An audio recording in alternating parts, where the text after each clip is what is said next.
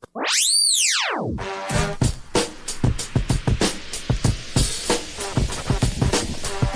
time for the Shop Report with Barbershop Jay.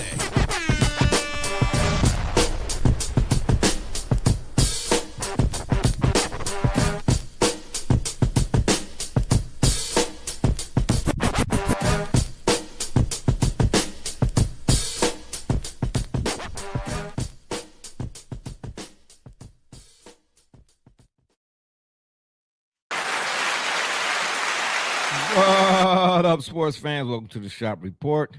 I'm Barbershop Jay. I'll be your host for the day. Here's what's happening. But first, I want to remind you the Shop Report is brought to you by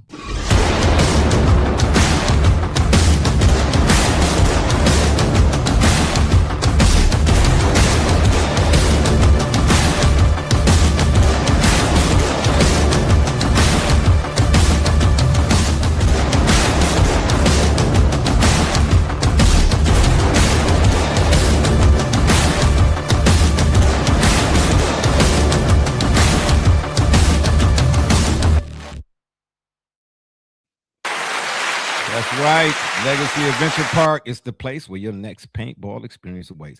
If you want to leave your questions or comments during today's B-roll brand, stay up. If you want to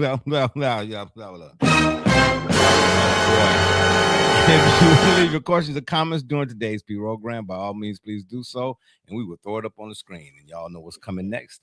If you're one of them folks that wants to leave a question or comment that's indignant or ignorant in nature, won't be seen on this screen. Matter of fact, here's what you'll get. Ain't nobody got time for that. That being said, joining me on the program today is my captain across the way. I usually don't know his name, Joey James, aka Double J. Tell the people what you say.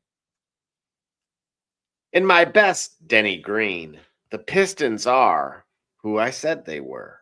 Oh boy, here we go. Is Gully coming or not? No idea. All right. Anywho, we got a live one for y'all today. We're gonna talk about. Don't do that. We're gonna talk about the NFL draft, first round only. You know, I didn't get to see all of the whole. For whatever reason, this NFL draft felt like 12 days. It really was a long one, but it was fast, but it was long. Do that make sense? Okay, I don't know. And we're gonna give y'all an NBA playoff update. But first, Damon Jones pleaded guilty in court today to this gambling thing. Is that a big deal or no deal? It is a bigger deal than many would have assumed, because remember, he initially pleaded not guilty. Right. But I think it's a bunch of bull. For real, for real. Yeah, it's a double standard. The NBA promotes gambling. They bought in. They made it legal.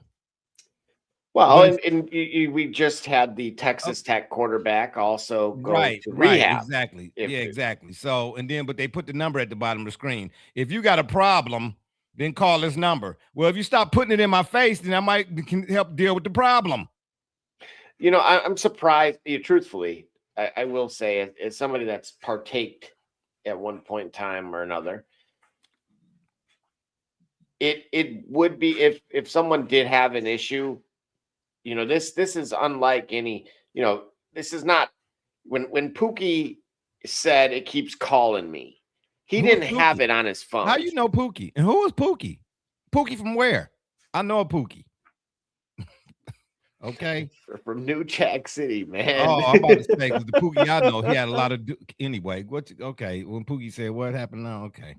So the infamous quote from the I want to say 1992 film New Jack City.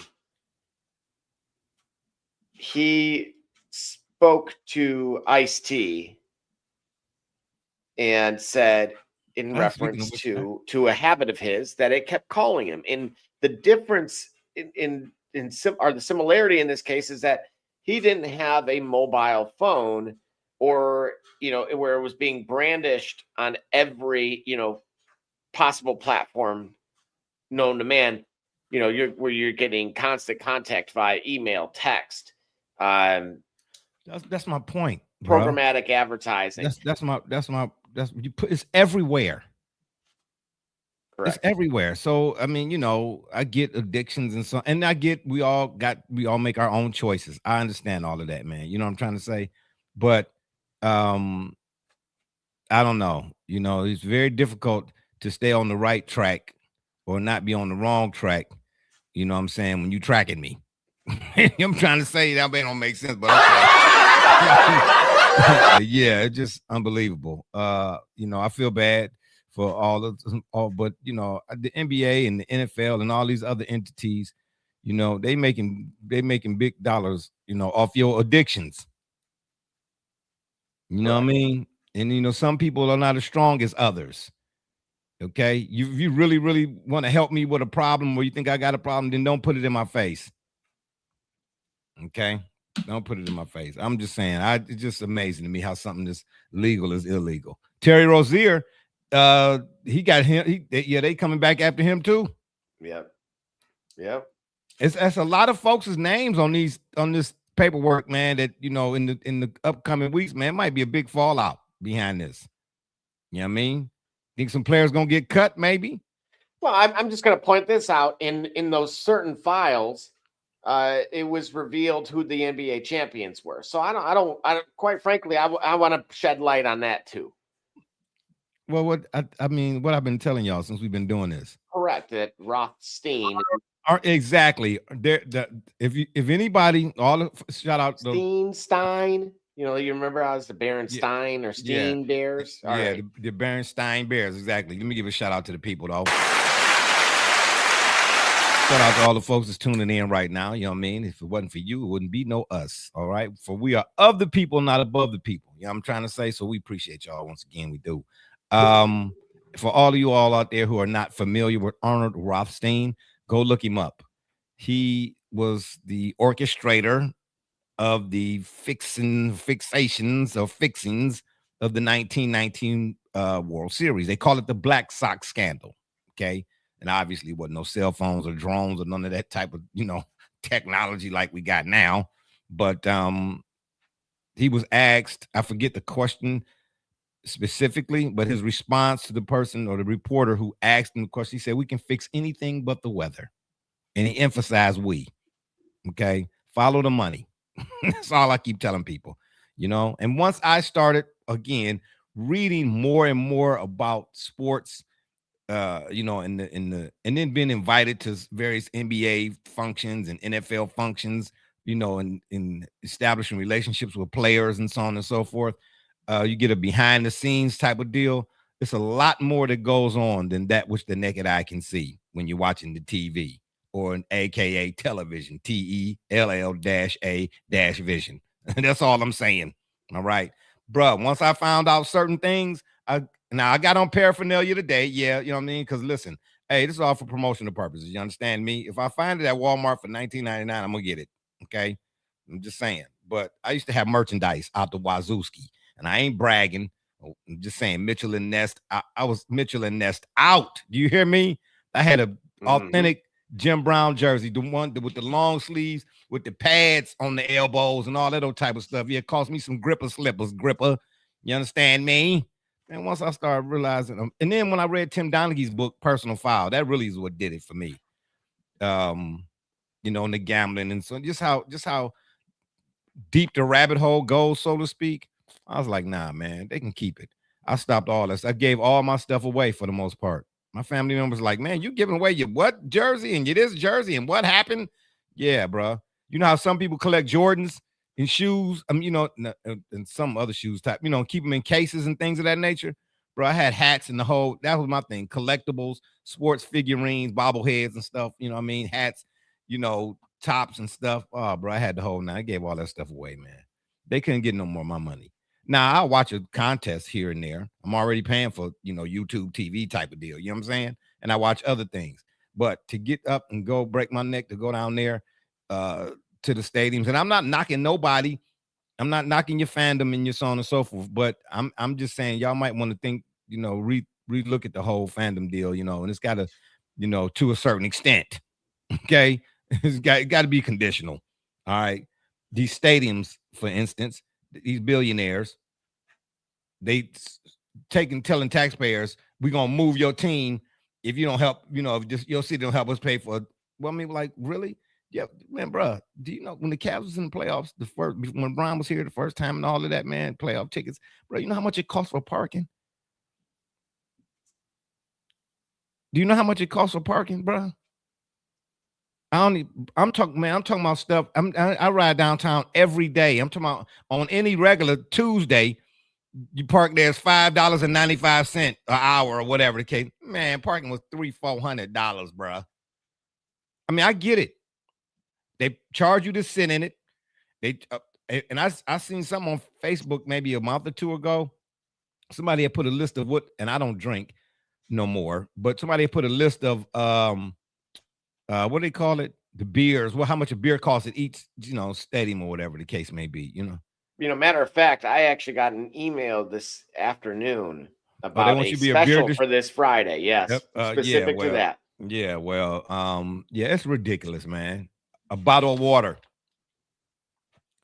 Okay, I get these at Walmart or anywhere, your grocery store, or whatever it is, 24 in a case, $4 maybe. This right here, when the Cavs in the playoffs, $22 million. Not the case, just the bottle. I'm like, what happened? Where? I just left Drug Mart. I'm just saying, I got one in the car for $1. I said, nah, bro, nah. And then they wonder why folks want to put on the ski mask and come rob your ass. I'm just saying, yeah, man, it's ridiculous. But Damon Jones and and the rest of these guys, we'll see, how it's gonna play out. The fallout. That's what I'm calling it, because it's going to be ugly. But what do you think the repercussions are going to be? Because the NBA, and let me say this right quick too. The NBA, the NFL, they didn't open up this can of worms. That's why you see stuff like, like the lottery, for instance. That was another thing I was going to talk about. The NBA, they supposedly making changes to the NBA draft lottery. You know what I'm saying? Like, who didn't know the Mavericks was going to get Cooper Flagg? Duh. Right. You go back some years when Orlando Magic, I think they got it like what, back-to-back years when they got Shaq and was it Penny or something like that? Mm-hmm. Something crazy like that. Like, wow, like really the ball the ping pong just happened to ping your way twice. Well, and again, Wemby, Gumby said he wanted to go to San Antonio. Yeah, okay. Yeah, exactly, man. Come on, man. Y'all not fooling nobody at this point, man. It was too widespread, man. It's all out in the open. Just tell us. Don't lie. Listen. Well, and you heard Booker say it too the other day. He said people are going to start thinking this is the WWE, as if many of us already hadn't. But at least, the truth be told, at least the WWE, at least we know, right? Like that's the thing. Look, I watch soccer globally, and I mean every obscure league that is out there. Mm-hmm. I will tell you right now, there is more than one league that I witness it. And I've seen it in the last 48 hours, that there's no way. Matter of fact, unfortunately, an individual in Ecuador lost his life over it during a game. Yeah, well, see, that's the other end. During the game, bro. I watched it. That's the other end of the spectrum. Oh, shout out. We got my boy here. Oh, shout out. Probably too soon. Yeah. We're going to go too soon. That's what he said. Did he say add us? He didn't, but I Gully, you with us or no? Is it too soon or too soon? Hello? We're going to go with too soon. Yeah. Well, say something then, Dag Nabbit. Say, we got a private chat here. Don't be popping up on the screen talking about add you to the stage. This is ridiculous. Yeah. Well, man, something I did have briefly up there. I'm not going to leave it up here. You see it in the upper right corner now. Something titled Wager Watchdog. Basically, it's an analytics tool for those that not are into that thing. It's actually brand new because it's so we don't get. It looked like a QR code. Yeah. So that's what I'm saying. So one of the things that stuck out to me with the Texas Tech quarterback, and then when like Jameson Williams for the Lions, who obviously filed some kind of legal paperwork against the NCAA this week. But it's the whole insider trading part that gets me. The Browns had a linebacker a couple years ago. I forget what his name. I'll give you an easier example. You had the individual Aaron Gordon, I believe. kind of snitched on himself a little bit. At least it felt that way. He was like, you can hook your homies up and just say like, hey, take my under tonight. And I'm going to play 3 minutes and I'm out. And it was like, that sounded too much like the if I did it. Yeah, what you mean? You tipping the scales, bro. Come on, bro. Come on. But now listen. Okay, at least so have me be the homies, you know, like yeah, no, well, yeah, that's right. Yeah, if you know what I'm saying, ain't no the homies can't have none, right? Anywho, just saying. But bruh, come on now. Okay, so if you ain't one of the homies, bruh, man, listen. Right, and you took the over. That's what, bruh, but it's a lot of people. I know a lot of people who they put these parlays together, man, and they do it, they do sports betting like most people play the lottery. And I mean the lottery. You know what I mean? I know people who set aside monies, man, everything, bro. And I don't care. They will not buy milk or bread, but you better go play my numbers. You know what I'm trying to say? I'm talking about faithfully. So it's ingrained almost. It's serious business. And I find out you out here, different situation, but the premise is the same. I remember one time when Sean Porter, I got to catch up with him too, man. I used to be with him and his dad. They used to train at this Gold's Gym on Route 43 in Bedford. And I forget who it was at the time. It was one boxer who got caught doping, so to speak, right? So I asked him, I said, man, how would you feel? You know, he said, man, if I put all my work in the right way, you know, and I find out you did it the wrong way, you know, I'm gonna have a problem with that. So my point is, you know, if I'm playing this thinking I'm gonna have a chance to win, and you done, you know what I'm saying, you done tilted the scales, you know, for that dude over there. Nah, bro, it's gonna be a problem, bro. I'm gonna see y'all in the parking lot. Right. You know what I'm saying? That's gonna be, yeah. And every 19 minutes, the place goes crazy at Northfield Park, baby. You understand what I'm trying to say? That should be part of the commercial and the slogan and whatnot. It's just ridiculous, man. It's just ridiculous. But again, the NBA in particular, they done created a monster. Y'all signed off on this. What you expect was gonna happen. And I want to know what changes will they make to the draft lottery. Gully, you ready? What is he doing? He keep jumping in and jumping out. Hey, man, this ain't hokey pokey. Stick your left toe in, stick your right toe out. We ain't finna, this ain't twisted. Don't do that now. We finna go, it's gonna be a situation up in here. I'm just saying, man, you help me to understand. Legal is illegal, depending on who you are. Or illegal ain't not legal, depending on who you are. Did that make sense? I'm just asking. You tell me. You tell me. You think Damon gonna get some jail time?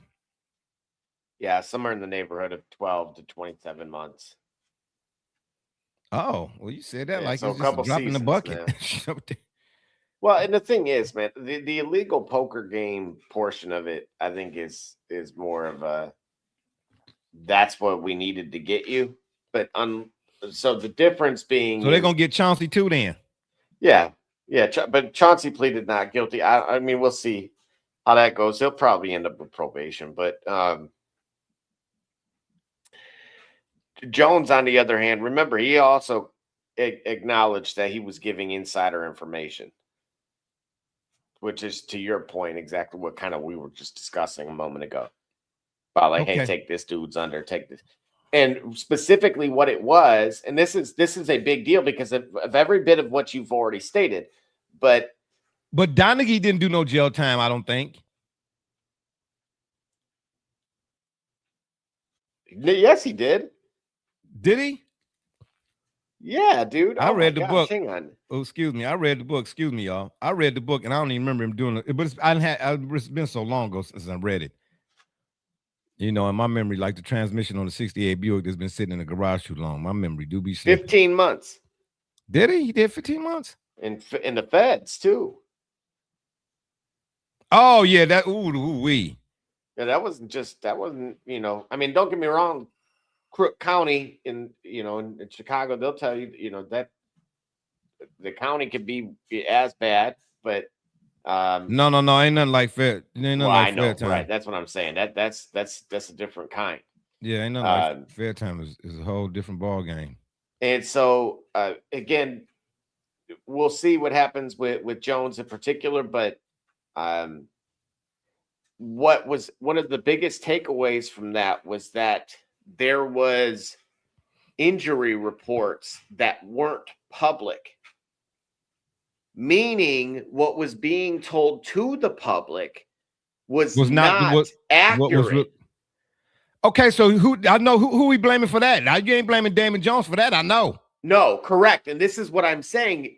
The bigger issue. So hold up there bigger now. issue going on. Hold up there now. Wait a minute. Hold on. Close the front door and shut the window. This is what I mean. And this ties in with what Aaron Gordon had speculated or gave an example of, which is, hey, bruh, take my under. I rolled my ankle already. I'm going to tweak that mug 2 minutes in, and then I'm done for the night. So whoa. That's got to so hold on. That's got to be more egregious. Is that not more egregious? Hold on. So the injury report. So hold on now. The injury report not being made public, or the one that they put out publicly. So you're telling me there were omissions, or it wasn't? Yes, and look, I watched the league this year. Beyond, I mean, I would go toe to toe. I'd be willing to go toe to toe with anybody who claims to be an expert in the league on this particular season, because I happened to watch every game every night. It was a different time for me, right? So, I watched this crap happen a lot. I'll give an NFL example. The closest we saw was, hey, Christian McCaffrey's going to play. This was not 2 years ago. On that Friday, he was good up until Thursday. All of a sudden, he pops up on the injury report Friday. He publicly says, I'm going to play. He's then is out for consecutive weeks and ultimately misses pretty much about 90% of that season. Oh, so you didn't you know how many fantasies and teams? Oh, absolutely. Man, I got burned on it. And again, a fantasy team, wow. boo. But for those that bet futures, this dude's going to go over, this dude's going to go under, whatever those numbers are. Again, there's numbers attached to everything. We now live in a world that has a place like, I'm going to paraphrase, I don't want to give them the love, but especially a free plug, but there's just places out there that you can literally wager on anything, including yourself. It's so to suggest like that, okay, we're going to keep this close to the cuff where only Ty Lue knows, and Ty Lue, gets a text from a friend of his, in Vegas or whatever, and says, hey man, are you going to play this dude? So he's sore today. So then that's the league itself. So is this different? So is this different strokes for different folks? It's beyond statute of limitations now, but there's Gully, you with us? Yo, there we go. Okay, this is my man D Gully from the CLM Bus. I'm glad you could join us. Gully, you in? You on? What's happening? Yeah, I'm here. I'm on my way somewhere. Okay, you here, but you're on your way somewhere? That sounds like some X-Files type stuff. I mean, all right, Scully, Mulder. I'm trying to say, where you going? Area 57? I'm here, but I'm on my way somewhere. Nah, might be in Northeast Ohio. Might be circling around. Might make a pop-up. Hey, it don't make no. Hey, listen. Close that back door. Hey, I'm headed my HOA. Okay, I got the. All right. I got the police on speed dial. We about to find out. We might just find out. I don't know why you're gonna do that, man. I don't have no other chair for you to sit in here. How you just gonna pop up in somebody's house, man?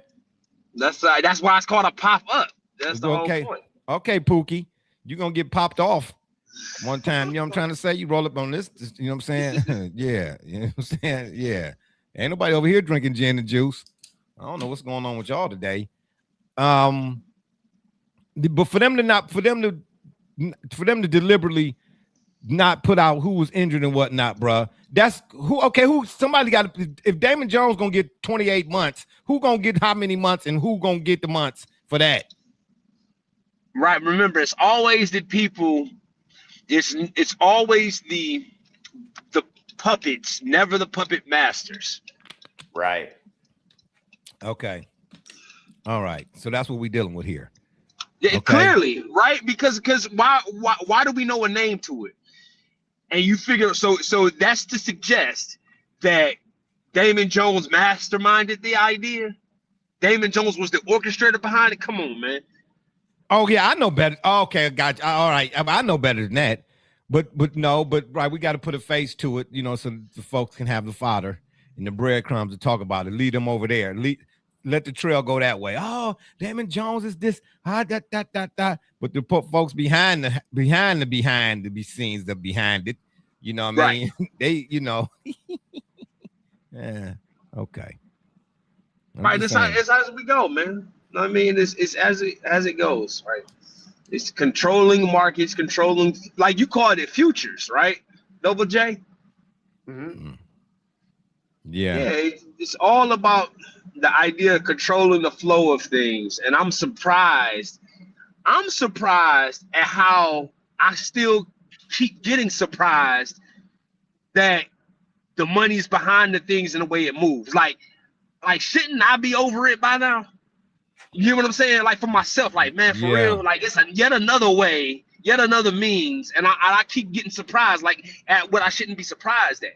You know what I'm saying? It makes me numb to it all. This is right. That's part of it though, because we know it, but it seems like it's always something new. Right. That's actually surprising. Right. Because what he just said was surprising to me. Did you hear what he said? He said about the injury report.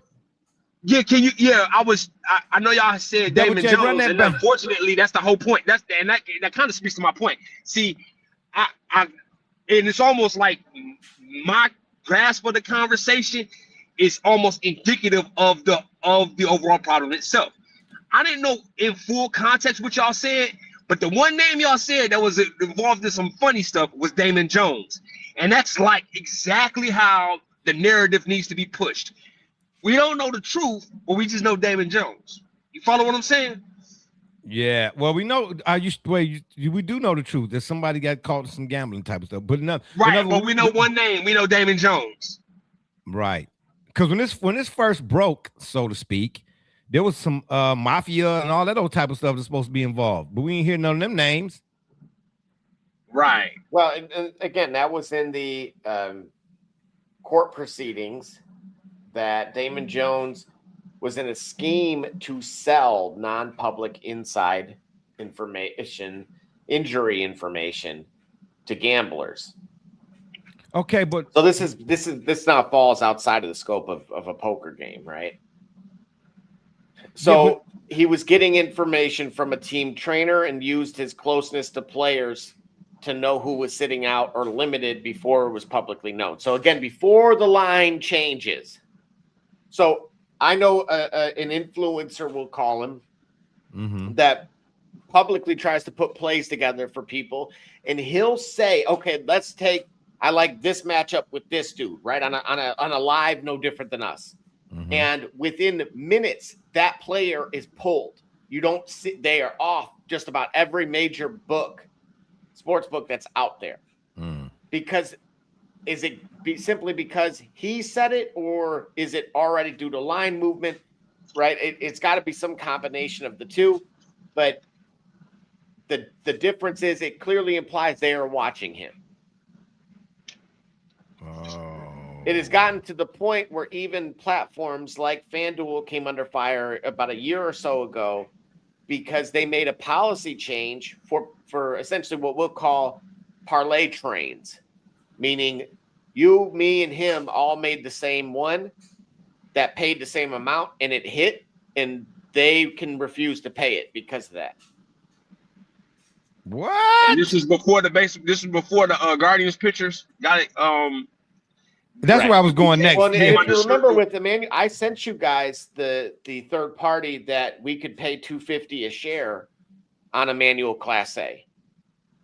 to get part of his career earnings. Oh, hold that thought. We're gonna take a break. We'll come back. We're gonna finish talking this stuff right here. The NBA draft, not NBA draft, excuse me, NBA playoff update, draft lotteries, so on and so forth, and the NFL first round draft. Stay with us. Don't go nowhere. Yeah. Okay, Cunningham, you watching the Shop Report. Hey, this is Doug Flynn of the New York Mets. Well, a few other teams, of course, too. And you're watching the Shop Report. Hi, I'm Heath Bell from the New York Mets, and you're listening to the Shop Report podcast. Yeah.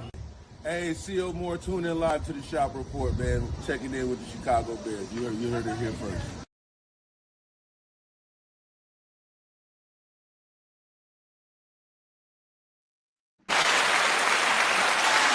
Okay, what were you saying now? Finish that right there. What happened? Here we go. I got it up here on the screen. Okay. So this is the website I'm a part of. Okay. As far as just an investor. Oh, yeah, right. You got you. So you insider. This was insider made stuff, huh? notably most famous by originally, at least the concept was done in a private setting once with Arian Foster, former running back, right? Mm-hmm.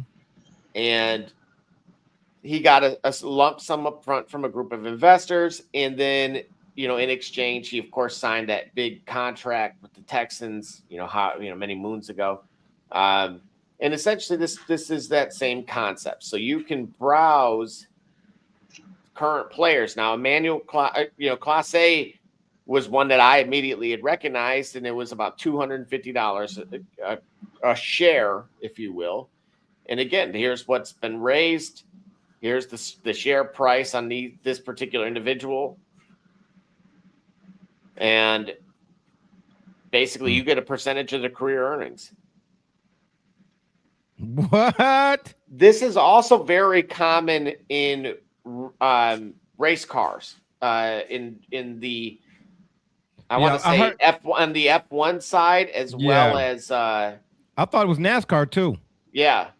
Yeah, I'm familiar with it on the racing side. I'm a little bit more into racing nowadays than I am all the others. But I didn't know they was doing this. Now this is MLB, right? Well, these are some of these kids again are just simply prospects. Okay, got you. See, as you see, AAA, and that was the thing. So it's kind of small on my end. Go ahead. Yeah, so look at All-Star Futures game, Arizona Fall League All-Star for this individual. And this one, he's been compared to Ellie De La Cruz. So, again, you're taking a little bit of a risk, but you're paying up front. And if any of them make it to the majors and get a solid contract, then you'll get some ROI there. From where? From them directly. So they are a enterprise themselves. Correct. So remember, these individuals have all gotten paid up front from this group. When you say these individuals, who are you referring to specifically? I'm referring to this company, which is Finlead. Okay, Finlead. Finlead gave them, we'll say, $1 million. Okay. And then Finlead is choosing to then sell shares of that individual to any individual like ourselves. Mm-hmm. And with the intent of raising a certain, amount of money in order to probably recoup what they put out, if not more. And then if this individual makes it big, they will get paid accordingly. And then as will the investors. Correct. No different than any other public offering. Here's the thing, though. Imagine if one of these prospects is the next Shohei Ohtani. Oh, you'd be huge. Oh, my gosh, man. My gosh, man. Can you see it right now, man? Oh, man. If I had invested in him, man, I'm telling you, I have a new set of teeth right now. Oh, my gosh. I give you some of this. I'm just telling you. Oh, man. Do you understand? I'll get me a rug. Man, I've seen some good rug, some hair carpets. I've seen some on sale. Okay. Yeah, I had me a Shaggy DA, baby. I'm just saying. I had some hair carpet, boy. I'll step out. You seen I'm gonna get you, sucker? Did you see that? Yeah, let me get the payoff from Otani, and you don't know, boy. I'll step out of that with some fishbowl stacks on, boy. Diamond in the back, sunroof top, digging on the scene in the gangster lean. You understand? I mean, y'all don't know nothing about that. Yeah, man. So I mean, either way it go, we'll obviously keep an eye on. Where did Gully go again? What is he doing? No idea. All right. Oh, me, Vay. We'll keep an eye on this. I don't even see why. I mean, like it's the part that you mentioned about them not disclosing the injury report thing. That's to me, that's a bigger deal. To me. Yeah. So again, I'll give you some specific incidents on that. February 9th, 2023. It was a Lakers-Bucks game. He being Jones allegedly texted a co-conspirator to get a big bet on Milwaukee because LeBron was out at a time that LeBron was not yet listed on the injury report. Oh, whoa. Run that by me again.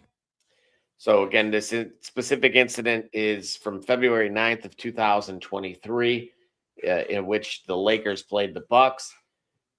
Jones texted a co-conspirator to allegedly, of course, to get a big bet on Milwaukee, in quotes, because LeBron James was out at a time when LeBron was not yet listed on the official injury report.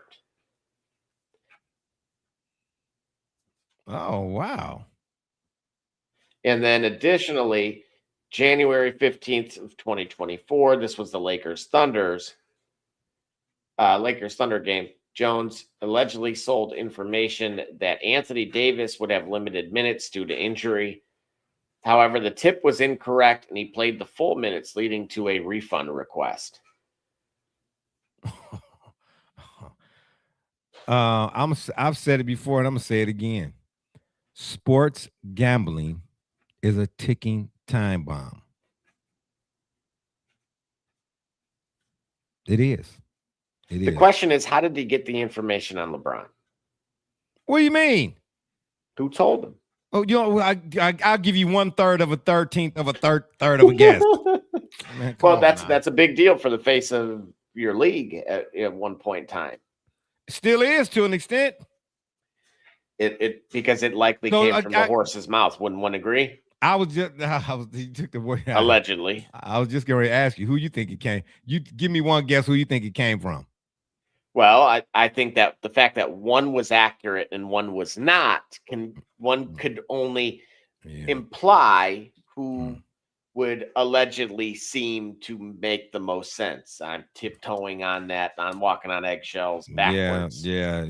You type for obvious reasons over Niagara Falls with that one. Yeah, you know what I'm saying. in one of those, January barrels. Didn't that somebody do that?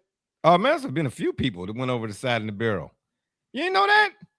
Oh man, there's been a whole bunch of folks that went over the Niagara Falls. I haven't been over there in like 7 years. So yes, I'm talking about going all the way back to like early 1900s, bro. However long the fall's been around, man, it's been more than a few people. I'm just glad you didn't say the late 1900s. Okay, like what did I say? Did I? I said the late 1900s. You said the early. Okay, where it was actually. Oh well.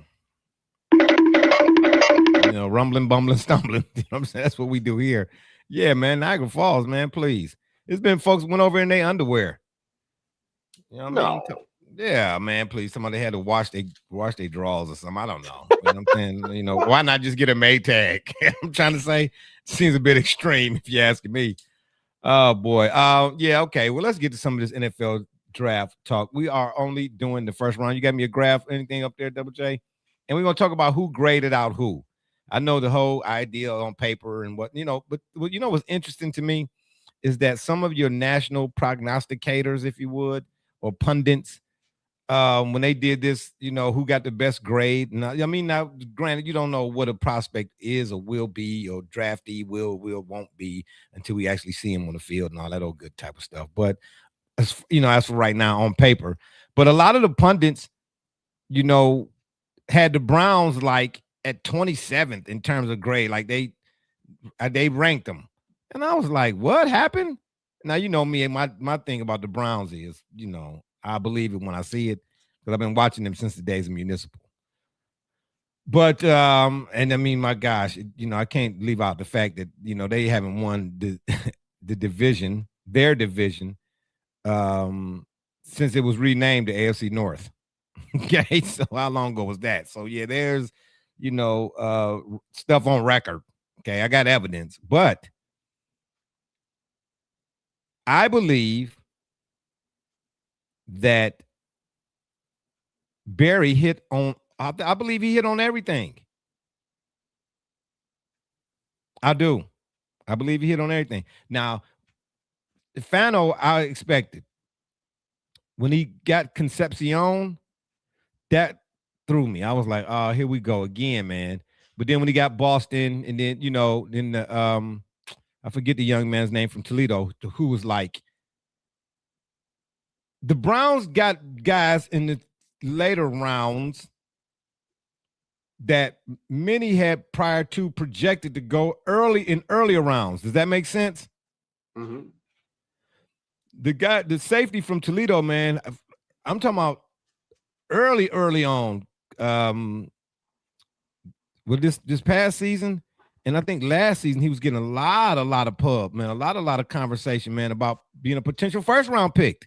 Yeah, there we go. Good looking. There, I like that better. We all knew Mendoza was going. Now, out of everybody that went where they went in the first round, you got a problem with who went where and what? The one that immediately stuck out to me, believe it or not, and it came under a lot of scrutiny based on Sean McVay's body language, was Ty Simpson from the quarterback from Alabama. Not because of his physical tools or anything. It was just given where the quarterbacks went, like just in the draft itself, beyond Mendoza as an example, I actually felt like they could have traded out of that pick and still got him. Yeah. So you saying you think 13 was too high to take you at 13? Especially given the body language of who Sean McVay, who later of course stated that he's in lockstep with the general manager. Well, of course you gotta, well, what's the general manager's track record over there though? I wouldn't suggest that he's whiffed or anything. It's just that I think all of us agree. Yes, Matt Stafford's not getting any younger, and yes, he had some back issues last year, and he's had back issues largely. You could thank the Lions in those early years for that. And the Rams. I remember one game against the Browns. The Browns, unbelievably to me, sacked him about 58 times in that game, and he still separated his shoulder, if I'm not mistaken. Still got him off the carpet and beat him. Anywho, that's never mind. That's neither here nor there. But the Rams are in win now mode, so you would think that they would have taken somebody to help maybe complement the win now type of deal, right? And not necessarily a guy who might be your future quarterback, right? Mm-hmm. At that particular pick or whatnot. But I don't see the Rams being the type of organization, at least not under McVay, that they will be anywhere or in position next year to get one of next year's guys. Because the quarterback crop for next year is far better than it was this year.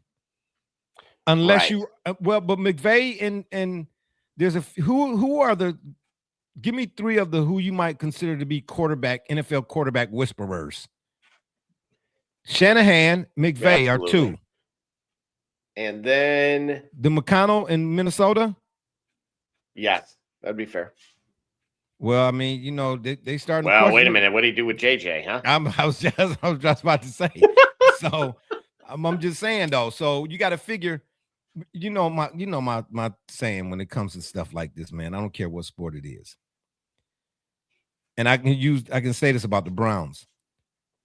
The Browns since 1999, minus this last year and maybe this year, but in between, have had more top picks than probably just about anybody.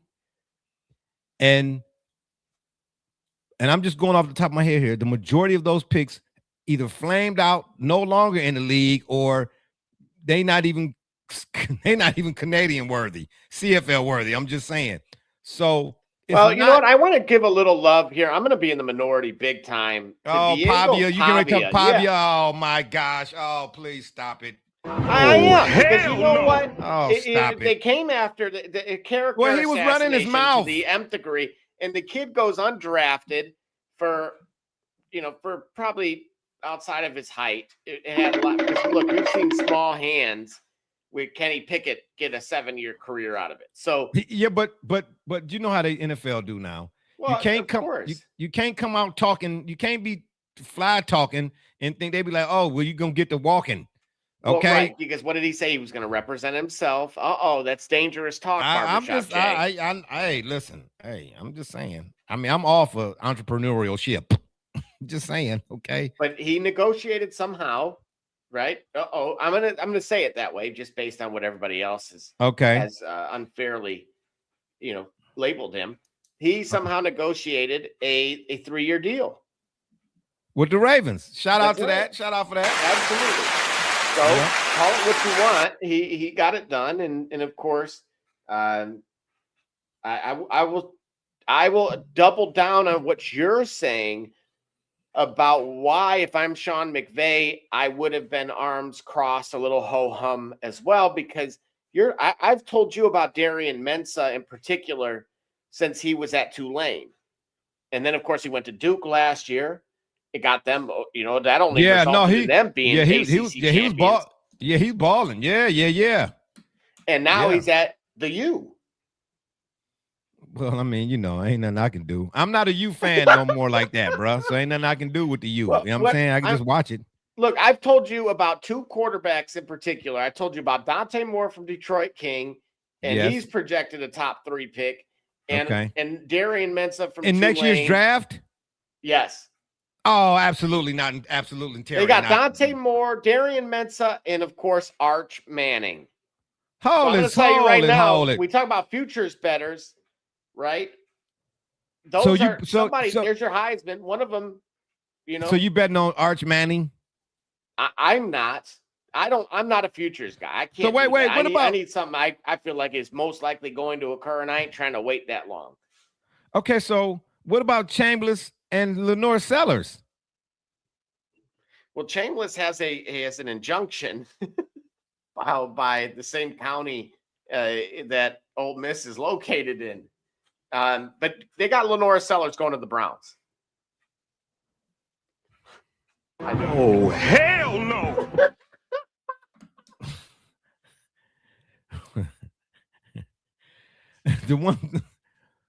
The one thing outside of this last year and this year, okay, knock on wood, the Browns were always, that's one thing they did win. They would always win the draft. They've won the draft for years. But to my point, I was trying to make a little bit ago. The Browns, and I was using the Browns because they were the only team to come to mind at the time. The Browns have had so many picks throughout the years since '99, so many picks, and those picks didn't pan out.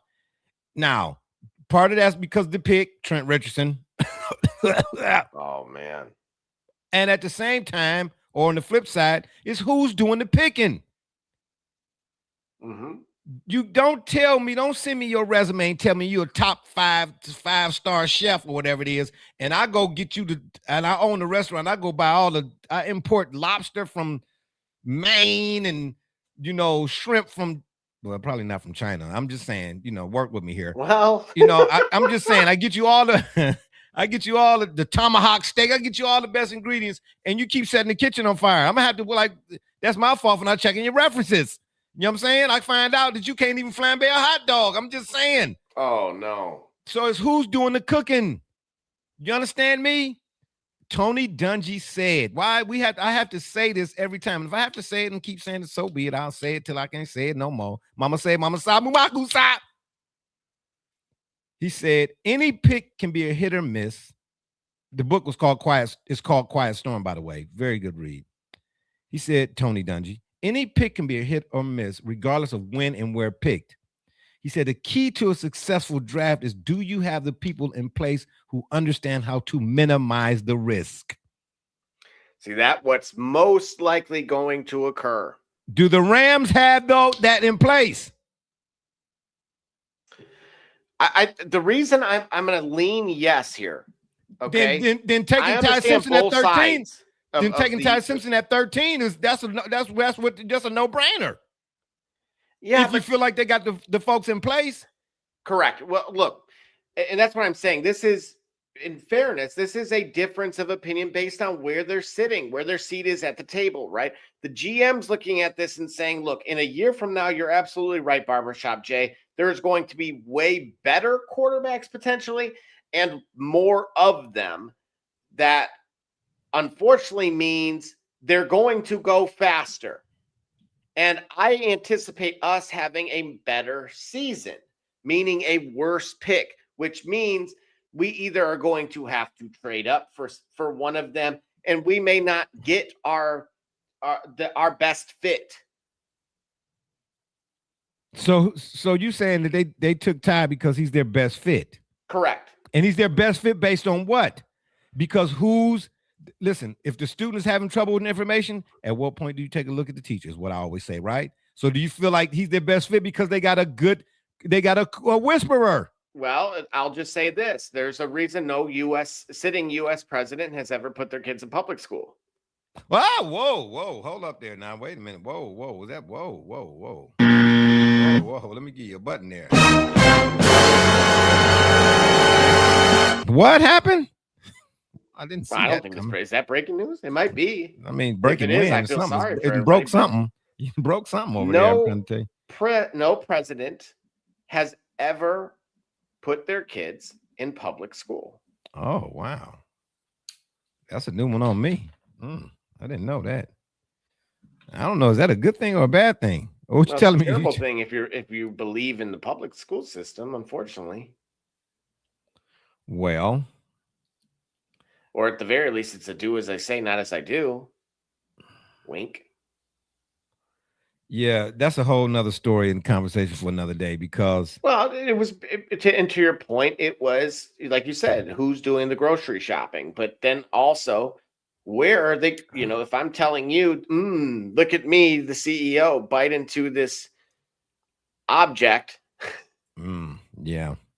Trying to convince you to enjoy it when I clearly am going to upchuck it as quickly as possible. Well, look, I don't know. I trust the Rams taking Ty Simpson at 13 more so than I would have the Browns taking him at 13 if Kevin Stefanski was still a coach. You get my point? You see where I'm drifting? Okay, like what happened? Like it don't matter how many picks you get. The Browns, the Browns got 11 picks. That's fine. You can have that many, but if the guy who doing the picking don't have a clue, then what good do it do you? Shout out to Jay for that going that way, baby. You notice Stefanski's Falcons are not on this list. Well, they didn't have a first round pick or whatever. Hey, the Browns traded up with KC though. They got that man. That dude. I wish they had. But knowing them, they probably wouldn't have drafted him. Mansour Delane. KC couldn't wait. They snatched him quick. The pick was in. Well, right, but and again, just for context, I was saying that on purpose because it was Atlanta who traded that pick to the Rams. Oh, was it? I didn't know that. Oh, wow. No, Kevin had it already. There you go. Some things never change, Browns fans. Yeah, he got more talent down there around, than he did. I don't know. Well, Drake London, Bijan. Got Tua. Tua who? Turn the ball over? Nah, he went to Atlanta? Yeah. Man, get the Fashizi, man. I'm about to make me say something, boy. Ain't nobody got time for that. What happened? I didn't even know that. Nah, man. Yeah. Stop pulling the chains. Did he? Sir. Oh, man. Oh, yeah. Atlanta, y'all in trouble. Y'all got Kevin Stefanski, baby. Good riddance. Okay. Good riddance. Okay, my man Gully is back. Gully, you ready? Yeah, I hope so. Well, whatever. It sounded to me like you didn't stop eating because you was over there chewing in my ear. I wasn't chewing at all, bro. You was eating something before you left, but don't lie. The lie I for wasn't me. chewing at all, bro. Yes, you was, man. Stop lying like a There's rug right nothing now. to chew in this car, bro. You was eating, bruh. When you eating the leather, What do you come make on. it sound like, bro? Bruh, Hold for on. real. See, you know what? This is why we gotta go live. This is why we gotta go live. Nah. This is why we have to go live. I Nah. wasn't chewing nothing, bro. Yes, man. You lying like a rug right now. Bruh, there's nothing to chew in this car. Bruh. There's nothing to chew in the car, my guy. See, Okay. you know what? You know All what? right, This is Bill. what I'm All trying right, to say. Bill. This is what- All right, Bill. I need to go Cosby. I've been live around in him studio, enough, bro. bro. I know too. Yeah, well then come live to the studio. Nobody care. Ain't nobody scared. All right, I I'm need to about go to live pull in the up. studio. I'm seconds away, bro. I'm about to pull up. Hey, well, you ain't getting in here. You know what I'm saying? It's after midnight. All right, You know what I'm saying? You know what I'm saying? Hey, don't make me have to call the police. A strange black man in my neighborhood. Are you serious? Oh, you stop it. I'm just saying. I'm call the police. You know what I'm saying? I'm not a Karen. I'm a Ken. Hey, get him. Hi, that guy right there. Hey, check his license. Bro, you was eating something earlier, bro. There's nothing to eat in the car. It's because you There's ate it nothing all. to eat.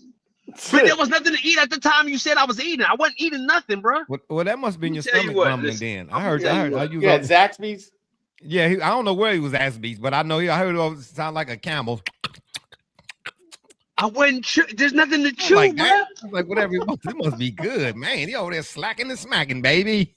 That's crazy, bro. You know what I'm That's saying? absolutely wild. That's absolutely egregious. Well, I'll be the first- I am so utterly appalled and shocked Oh, and please. dismayed Oh, and flabbergasted and dumbfounded and gosh. perplexed Oh, and please. flummoxed Oh, and all my of gosh. these, Yes. all and, of these eloquent and words. all. Are you And in in all awe. too? Yeah. Yes, all. in shock and Awe. awe. Oh, yeah, save it. Hell yeah. You was over there. Hey, listen. I mean, I'll be the first one to tell you about my memory. I know my mind's slipping. If I took my hat off, ooh-wee, all you see is cradle cack and the snapback, baby. You understand what I'm trying to say? I already know I'm missing a few. You know what I'm saying? I tell you, I'll be the first one to tell you. I got 7 teeth left, boy. 4 in my mouth and 3 in my pocket. But lie for me. Don't lie to me, okay? That's all I'm asking you. You know what I mean? Anywho, let's get back to the first round of this NFL draft. Yeah, Stefanski, you know, he must think he got enough over there in Atlanta. Yeah, certainly. That's why he went there. Well, I'm talking about to give up the 13. The Rams took Ty Simpson at 13. And I didn't know this till Double J just said it. That was Stefanski's pick. Oh. Yeah, exactly. That was my reaction. Like, oh, whoa. And that's the thing. If you look at who, went shortly after, you have the guard from Penn State. You have Ruben Bain, the obvious fantastic edge from the U. You have, obviously they have a tight end, but Kenyon Sadiq. And then, even speaking of on the defensive side of the ball, you got Caleb Banks. So it wasn't, and Mezzador from the U. So he could have addressed and really overhauled that the defense and chose to trade out of the pick. So very interesting, bold strategy, Cotton. We'll see how it works out for him. Yeah. You talking about for McVay and them? No, for Atlanta. Oh, yeah. It was interesting. Jeremiah Love and Carnell Tate were the most discussed draftees. Excuse me, on all of your pundit shows or whatnot. Like I just said, any pick could be hit or miss. So I get, that's what all the conversations about where a guy went or whatever the case may be. But at 4, you definitely got to get Cam some help, right? Carnell is bad. He's a bad boy, definitely a bad boy. But is he? I mean, you can't knock Ohio State receivers because it's a laundry list of them. As much as I can't stand the football program, I got to give it up to the talent that come up out of there. The Terry McLaughlin. Am I saying that right? Yeah. What's his nickname? He got a nickname. I was going to say, no, that's Terry Rozier. You was eating something. I could hear it now. Now you must be hungry, bro, because I'm not eating anything, bro. You must be really hungry. Like you need a Snickers. Like they need to be our sponsor. When you hungry, you hear everybody eating, bro.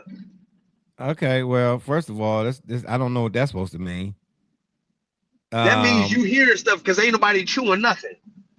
Hey, don't take that tone with me, young snapper. You know what I'm saying? Double J. And then you gonna try to get all, you know what I'm saying, defiant. Ain't nobody chewing nothing. Like, yeah, you better don't make me take my belt off. Boy, you about to make me take my belt off for real. Ain't that nothing? Man, you do right here. Hey, respect your elders. Okay, little young whippersnapper, little young Thundercats. Boy, y'all gonna I got to walk with the tennis ball at the bottom, bro. Don't worry about it. You be all right. You got the walker with the tennis ball at the bottom. Oh wow, really? That's really. Ain't nobody got time for that. That one right there. You should have, next time say that one. We're gonna take another break. When we come back, we're gonna get to some of the rest of this. I don't know, walkers with tennis shoes on or whatever you talk about. You know what I'm saying? Now you want to talk about tennis. That wasn't even on the menu for the day. Oh my God, this dude right here, man. I don't understand it.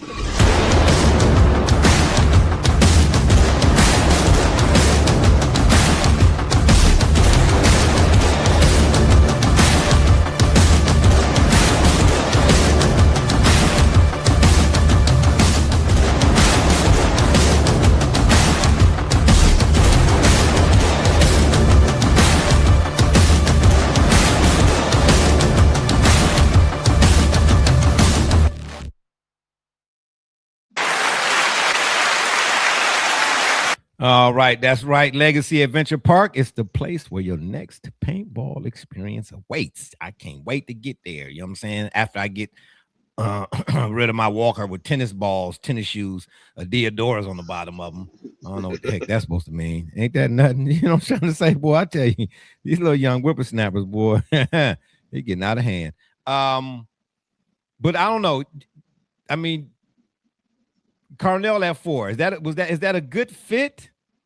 Or did they draft best available at that spot, or they just drafting for need?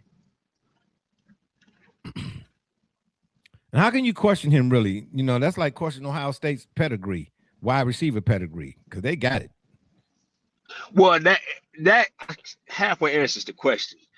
At that point, you want to pick the best available. Because who wouldn't tell me a team that wouldn't need a potentially quality receiver of that potential. I mean, we all talk. We know how dangerous potential, how volatile that word is. But how could that be a miss in today's league at any pick when you had that available?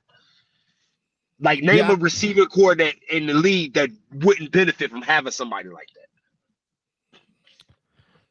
Yeah, I get it, but there was a lot of talk about him not being a number one. He wasn't even a number one on his team. I said that's because Jeremiah Smith. He was right. You know what I'm trying to say? Right. I mean, that's like Thurman Thomas wasn't the number one on his team. Well, it's because of Barry Sanders, bro. Like, whoa, was he? You see what I'm saying? What I'm saying? No, I get what you're saying, but I thought. Wait a minute, was Barry? Hold on, and I could be even mistaken on that statement I made. Right? I thought. Wait a minute, wasn't Barry number? No, I think Thurman was the. I think Thurman was number one. That's crazy. See, even that type of statement. Yeah. I think. I'm just saying, man. Jeremiah Smith, man, he legit, and they already doing mocks for what next year? I think. Yeah, 2027, and right. they got him the Browns taking Jeremiah at 4. So I don't expect the Browns to be. Well, no. Next year, that's Lenora Sellers currently. No, I saw a mock where they had the Browns taking Jeremiah at 4. Yep. See, that's that. But man, the mocks. It's going to be about 76,000 different mock versions of mocks, mocking the versions of mocks. Yeah, currently, the one I'm looking at here has him going 6 to the Raiders. Oh my gosh. Don't do that. Oh my goodness. Oh, don't let that happen, man. Oh, don't let that happen. Don't let that happen. Is Waller still over there? No. Is he out the league? No, he was in Miami the second half of the year. Okay. Oh, that's right. That's right. Hey, man, why they doing Pavia and Kyler Murray like that, though? I done seen a couple renditions, man. They got them looking a little real diminutive on these pictures, man. Like, you know what I'm saying? He couldn't join the big boy league, so they had to let him in the little boy league or some crap like that. Why they doing him like that, man? Yeah, why they doing it like that? Hey, and where's Kyler Murray at again? Minnesota. Right. I know, but I just wanted to hear you say it's in Minnesota, huh? So. Well, I mean, look, what was he going to do with that team? What team?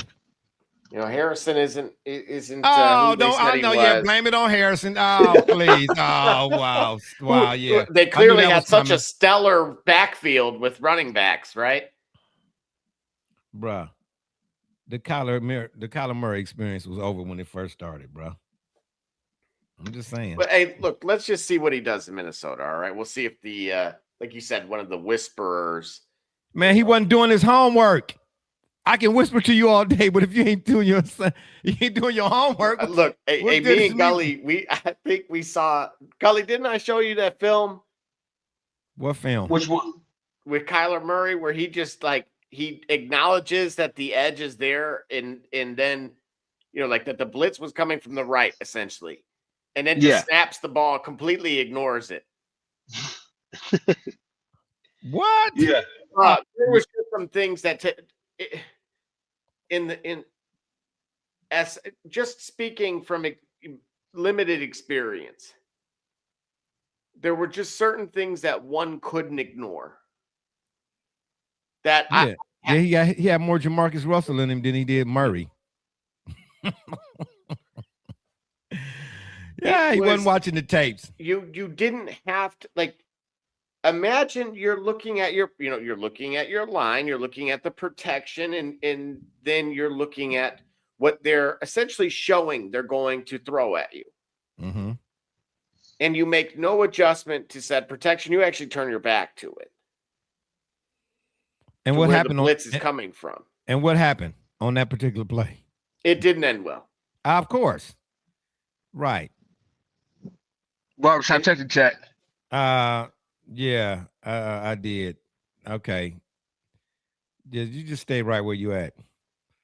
I told you, man, this neighborhood, we don't play that, bro. You know what I'm saying? You can't just be pulling up. You can't just be pulling up, you know what I'm saying? Bro, I said check the chat, and then you just proceed to just say whatever's in the chat. Oh my God. Okay, so and if that's the case, I'd have put it on the comment, bro. I'd have just commented it. Okay, that's what you should have did. That's what you should have darn gone did. What? Can you answer the question there now? Since you're gonna just put the chat out there for everybody. What was the question? You got the sleeping bag out for him. What was the question? Or Snoopy got to sleep on the roof again. Right. I'm typing right now. I'm typing right now. What was the question? Read the chat, bro. Wait a minute. Hold on. What I need to. I just read that. I read that already. Can you answer the question, my bro? Why don't you asking me why don't nobody else on the street got their addresses lit up? How am I supposed to know? No, bro. Can you? Oh my God. God, just answer. So I assume I'm assuming the answer is yes. Bro, he don't want to go knock on the wrong door, bro. Right, bro. I used to live in this area, bro. You talk about Double J. How you know I don't want experience. How you know I don't want him to go knock on the wrong door? Yeah, exactly. Yeah, go knock on the wrong door. That's what you do. You understand? And I don't know if it's a scarecrow or it's somebody's neighbor sitting out on the front, bro. All right, bro. All right, go ahead. Hold on. Hold on. I'm getting ready to send one of my children out there to All right. Hold on. What are you? I need some. Give me some landmarks. Where are you in front of? You in front of the crow's nest? You in front of the fire hydrant? Where you at? Man, I see it's dark and there's some houses. Oh well, then. Oh, I can't help you. I'm trying to say, if you'd have told somebody you was coming, then I'd have been able to have somebody outside waiting on you or something like that, or whatever it is. So I mean, I ain't gonna leave you out there. I'm not gonna leave you out there too long. Times these call for exigent circumstances. Yeah, okay. Yeah, you can sound flowery rhetorically if you want to. I'm just saying, anytime, any other time you calling me, you should say, hey man, I'm gonna be in town, I'm gonna slide on down. Then I could have had lights on and all that old type of stuff. But you like surprising people. Surprise is ain't nobody got that lights on. I'm gonna just leave a box and say I'm Amazon and just call it a day. Well, we got porch pirates, so you might get caught leaving the box thinking that you're taking the box. Right. The police response over here is quick too. Just want to let you know. I'm sending some folks out to get you, man, to help you out, hopefully. But we right in the middle of a show. You're gonna show up. I'm not what you just let me do. Get up. Man, that's why you see Double J. This is why I just texted the chat for us to keep moving on. But he just bring everything out. Yeah, because I want people. I want people to know. Yeah, I want people to know what you did. Yeah, look what you did, and you booed and you stepped in it. You know what I'm trying to say? That's what you did. Anywho, let's get back to some of this talk right here. So, I mean, given that the first round is the first round, Double J, did you see any other than? I mean, my contention was Tate and Love. I didn't think the Cardinals would take Love, and I thought he would fall to the Titans. I did. I thought he would fall to 4. And the Titans would take him. I didn't think that they would want to move up because they thought he would be there. The Cardinals took Love. I mean, that don't seem like that's the right fit at this time. But man, who am I? Well, and to your point, I agree. If I were to look at it from just a simple con vantage point, I would say as it pertains to Love, did they have a right tackle? Right? Were there bigger needs that needed to be filled? And then similarly, how will Tate adjust to being a number 1 receiver? Whoa. What did you just say about the tackle? You said the left tackle? Right tackle. Who's the right tackle? Exactly. And it coincidentally, that clip I was referring to, the blitz came from the blind side. What are you talking about, for Cam Ward or Kyler Murray? At the time for Kyler Murray. And that's why I'm saying with the Love pick in particular, again, could you have gone right tackle at that point? I don't know. I think that's the best available. But how many running backs were projected to go in the draft this year, period? Or am I saying that right? I mean, like, he was the only one. If you take him off the list here or whatever, like, who was the next guy at that position that was getting conversation? His teammate. Who? I don't even know his teammate. Well, I didn't watch a lot of Notre Dame. I mean, I knew who he was because he was all over everybody's TV every other week. I'm not going to remember who you're talking to here. I'm not exactly the biggest Notre Dame fan, but it was Jadarian Price, his teammate from Notre Dame. That was the next running back to go off the board. And he went to, of course, Seattle, the last pick of the first round. Okay, so you see what I mean? Like, could you have traded out? Like, I don't know. Wait, you talking about the Cardinals now? Could the Cardinals have traded out? Yeah, I mean, if you were going to go running back that early, or potentially just take a look at the other picks, right? Knowing that no other RB goes off the board. And again, we had Love technically falling to the 3rd pick. We had seen him go as early as 1, right? It varied. You haven't seen anybody go kind of that early, like, except Saquon recently. Yeah, well, Well, it's a knock on it's this stigma attached to running backs in the NFL now. And then coincidentally, in order for a quarterback to be successful, you need one. Isn't that quite the oxymoron? It's no question. Ask John Elway. Okay. All right. Yeah. And Terrell Davis was on the practice squad at first, type of deal. Then special teams, and then voila. But the Cardinals, they kind of messed themselves up because now you're talking money too, right? He's guaranteed, as him being snatched up on the third side, he guaranteed so much monies. And his money's he's actually the highest paid running back in the league. Hold it, slow down. Wait a minute. Hold up. Let me adjust the microphone. Wait a minute. Say that again. How can not? I heard it. I knew he was on the list of it, but I didn't know he was the highest. I thought he was one of. No, he is the. What? More than Saquon? No. More than Saquon? Double J, check that. I'm going to confirm it right now with you. I don't think he's the highest. I think he's one of the highest. But I think it's maybe two or three other people in front of him, if I remember correctly. But who they are, obviously, that's the he signed a $52 million contract. Yeah, because I think he'll get 13, 14 million a year or something like that. Love's contract sees him surpass a host of gifted runners, including Saquon Barkley, James Cook, Derrick Henry, Christian McCaffrey. And it also dwarfs Ashton Gianti, who went in the top 10 just a year ago. Of course, he went number 6, I believe. So, yes, he's slated to take home more money than any other tailback over the course of his contract. So, yes, he's the 12.6 per season is the 7th best mark in football. Okay, so it's 6 other people in front of him then. Yeah, he's number 7, but somehow in total compensation, it's better than everybody. And he ain't even played it down yet. So the Cardinals, they really jumped out the plane at 42,000 feet with no parachute. And it means your fantasy team should too, because they're gonna have to pound a rock, bro. You don't give them that much. Yeah. And not have a right tackle. All right.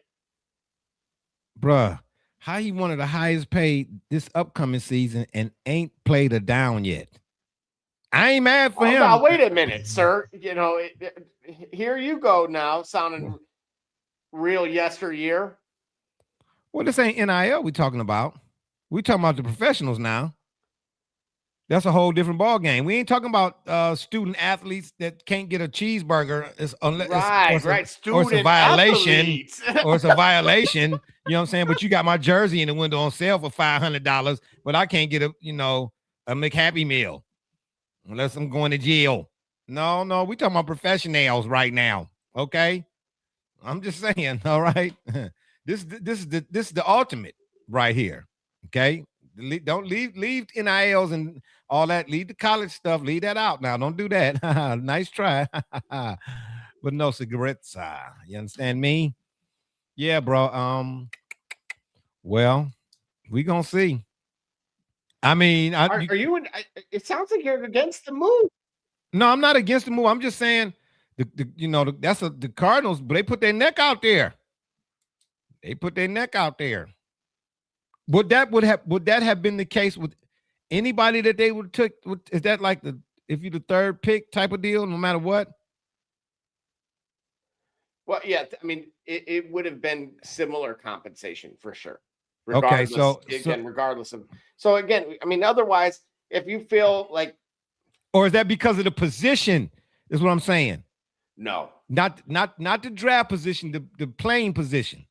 Well, there would have been similar. That's what I mean. There would have been similar compensation, total compensation, regardless, universally speaking, because of where there's guarantees.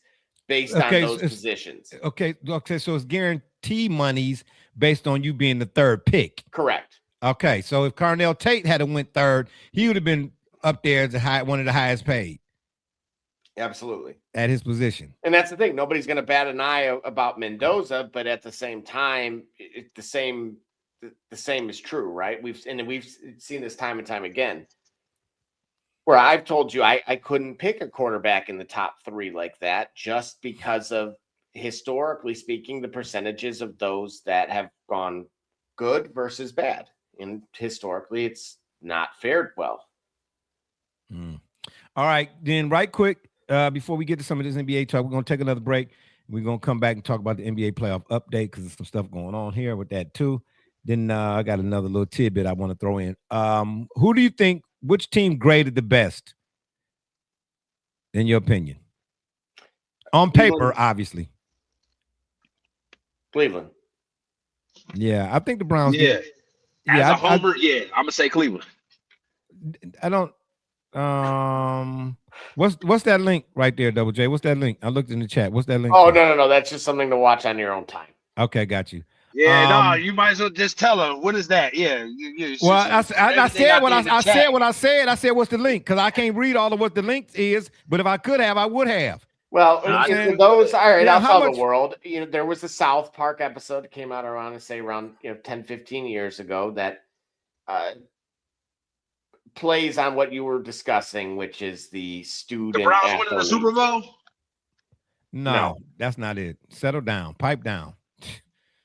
Yeah. What? Yeah, you was eating something or was you drinking something? That's what I want to know. Mm-hmm. Eating and drinking. This dude right here, eating, drinking, and stinking. Okay. Wait till we get back from break. I got something for you. I don't care what you got for me, man. He ain't got nothing. Whatever the case may be. We're going to take another break. When we come back, we're going to talk NBA playoff updates. Oh, my gosh. Things have went awry. You ain't lying. You ain't lying. What is happening? Oh, man, don't do that, bro. Don't do that. Okay. This is Josh Cribbs, 3-time NFL Pro Bowler, all-decade return specialist. And you're listening to the Shop Report.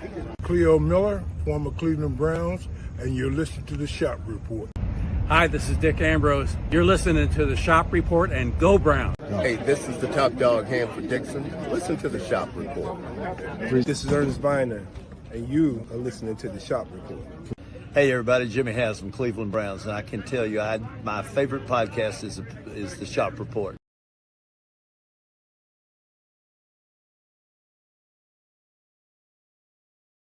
That's my boy Jimmy H, baby. I'm telling you, man. If you ever get to meet Jimmy Haslam in person, bro, I don't care what 92.3 and 850. I don't care what they say about him, bro. I don't care, and they closer to him than I am. I'm telling you, I had a conversation with the man. I'm gonna say it every time I do that little spot right there, that drop. Yeah, daggone Skippy, man. Jimmy Haslam, he came off cool to me, man. He was a wreck. He's like, you want to go in the building? I was like, absolutely. He's like, man, let him in the building. Man, I was all up and through the facilities. Man, I was all up and through the facilities. I got footage. See that? There's other folks out there on shows that act like they're the Browns number 1. They're bro. More like the number 2. Man, and like more like doing the number 2. That's what it looked like to me. Man, I was all up and through the facility, man. I'm talking about they got a jersey from Jim Brown up on the wall, his helmets, all the cleats, man. Oh my gosh, bro. It's off the chain, bro. I ain't gonna even lie. You know, had me a little like, woo, okay then, a little nostalgic. Man, I was all up and through the facilities, bro. Man, Jimmy Haslam, he all right with me. I'm just saying, he all right with me. All right, so let's get to some of this NBA talk, right? What do we want to talk about first? Ant-Man went down. That's where you want to start? That's where you want to start? Yeah, I want to start there. Right? What you mean? You want to start right up here, perhaps? What's that right there? The Pistons and the Magic? Oh, here we go. Gully, you see this? Oh, it's you see Magic. That? You see that, Gully? Play the song. I don't have the song, and I wouldn't play that song. More like Sailing. Yeah, take me away. Oh, some India, huh? That ain't India. That's Christopher Cross. No, he's going more yacht rock. I heard India. Oh, okay. I got Orinoco Flow. Oh, he's been around the Haslam's too much. Yacht rock. Yeah, how about Yoko? Oh no. You remember that video? She was yelling in the mic. Yeah, I know. That was terrible. Yeah, they was. Yeah. Hey, who was the gentleman that was singing with them? I don't know, but they should have took her microphone. They should have snatched it. Give me back this. I'm trying to say, get your out of here. Security. Yeah. Unfortunately, it looked like the Pistons might be cooked, man. They might be done. I'm still gonna go out. Say it ain't so, Barbershop Jay. What do you mean? But I already said it in our Discord. What are you talking about? I already said it in our Discord, but bro. for the people here, and then the Discord we had this morning, that pre-show. What are you are sipping on something? One for the ages. Are you sipping on syrup? You sipping on something, boy? You sipping on something? You can't fool me. Yeah, but no, what did you talking about? I'm gonna say what I've been saying about the Pistons. They do not K does not look right, bro. How he's playing is uncharacteristic. I'm telling you right now. I don't know. What you mean, bro? That's collapsed lung, bro. The 24 turnovers in the 3 games isn't who he's been. Nah, bro. K, the turnover machine. That ain't him, bro. That ain't him. At least if he gonna turn the ball over, but he ain't got the dimes to go with it. All throughout the season, if he was turning the ball over, he had the dimes to match it. He had 11 in game 2. He had 9 in game 3, and I do not know how many. He had at least 7 in game 4. Okay, so if he was doing that in the regular season, what I'm saying to you is, I guarantee you his assist to turnover ratio in the regular season was 2-1. At least. In the playoffs, it's backwards, 18-3. Something is wrong with that guy, bro. Something is wrong with that guy. You don't have a collapsed lung. I mean, you say that like you, God forbid, like you didn't have one and you didn't came back from one. That's just collapsed lung, bro. That's no, we're not blaming no collapse. The collapse is the team. The team collapse. I am. I don't want to hear about Cade collapse. I am. Why not? No. Yeah, see what I'm saying? MCL. Why not? Hold on, Double J. Why not? Yeah, tell the people. Everybody, they all watching you. They all watching you. Well, no, because he only had 6 assists in the last game, by the way. Look, I've been on record, and I've based it by the local media. Oh, please, nobody cares about the local hot dogs. How many assists has he had total? So you know his turnovers. How many assists? 26 in 3 games. And how many turnovers? In those 3 games, that's 17. That's 26. So he had 26 assists and 26 turnovers? Yeah, that's kind of wild, actually. Exactly. So is that characteristic of him, what he did so far this season? No, it's not. No, it's not, bro. No, it's not, bro. No, it's not. Don't do that. No, it's not. That man was, I'm telling you, you do not have what he has, that he suffered, and then come back when he came back. And then, to be honest with you, I'm going to be straight up with you. When I first saw the report that he had a collapsed lung, I initially thought his career was over. That's how serious that is. So are you suggesting he came back too soon? Why was he playing? I have no idea. Versus the Bucks for 26 minutes. Why was he playing? April 10th versus the Hornets for 28 minutes. Okay, hold on. How many minutes how many minutes prior to his injury or whatever you want to call it? 33. We'll call it for what it is for the season. So he averaged 33 minutes a game. He averaged 33. He has a collapsed lung, and he's 2 games back. Yep, go ahead, Gully.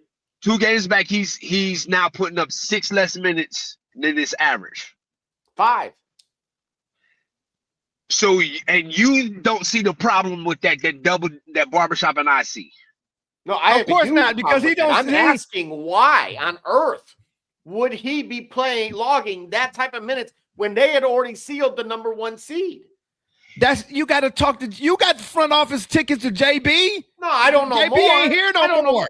They revoked me. Stop it. Man, get on the phone. They don't want to hear. I think it's because I think it is a misguided though I'm empathetic to his position, I think it's a misguided attempt at a Warriors mentality that he need not have. And that's pride comes before the fall, and that is loyalty one way, Gully, is stupidity. Okay, so hold on. So you telling me then if that's the case, somebody over there in that organization should have took his helmet from him? 100%. Yeah. Look, Dwayne Casey is still in the front office for the Pistons. There's not. That's a player's first guy. There is no way you're telling me Dwayne Casey co-signed saying run him out there for absolutely no reason whatsoever as far as like gain for the franchise. Well, right? There was no possibility of them losing the number 1 seed or any outside of selfish individual stats, which could very well have been the answer because they pulled him in 2 of those games. He immediately was pulled out the minute he accomplished the double-double. And in particular, in 26 minutes against the Bucks, he was wanting to make a case for MVP that was not even close, in my opinion. And I told you, SGA had that thing sewed up. Oh, hold it.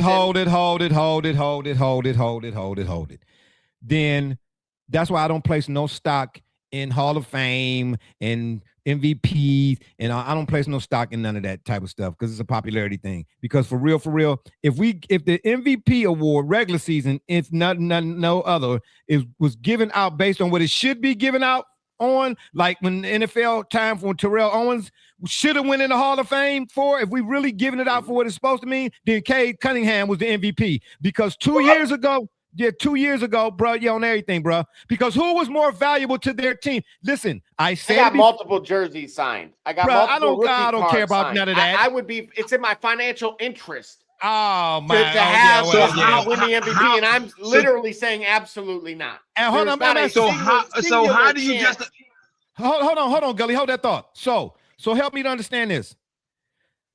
Every other player in the playoffs so far that is recognized or a household name has a legit secondary scoring option. He has none. And the Pistons won 61 games when 2 years ago they didn't even win 14. Who was more valuable? Jalen Duren the whole time. On, who carried the team when he went out? Man, stop it, man. Jalen Duren, you can't count on Jalen Duren like Shea. Listen. And now he's Jalen Duren dogs wow anymore. Can Jalen Duren get his own shot? What did he do? No. Kenny, and that's the argument. That's the argument that Jalen Duren is as equipped as Shai.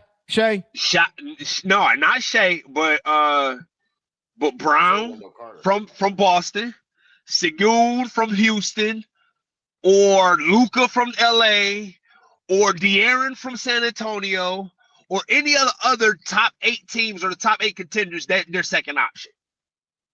Jalen Duren don't even match up to their second options. That's what I'm trying to say.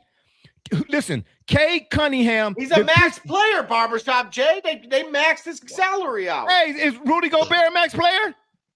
Man, come on, bro. I'm asking you, is Rudy Gobert a max player? Heck no. Do you trying to tell me there are no max players in the NBA right now that's one-dimensional? Jalen Duren is one-dimensional? Look, I'm not going to disagree. No, what I'm saying to you is Jalen Duren is not the scoring option, that the secondary scoring option that is whatever the other teams in the playoffs, I don't know everybody's names, but everybody else got a secondary. You mentioned the Celtics. Okay, let's Celtics right quick. Mm-hmm. When Tatum got hurt and went out, Jaylen Brown did what? He could do that. He could put the team on his back. He won the Finals MVP. He also had Derek White. He also had Peyton Pritchard. So he had people that were legit options, and I said that. Would the Celtics be anywhere close absent those two? Not a chance. No, because it's just simply those additional options are too. So then, where would the Pistons have been this year? Where would the Pistons have been this year without Cade Cunningham?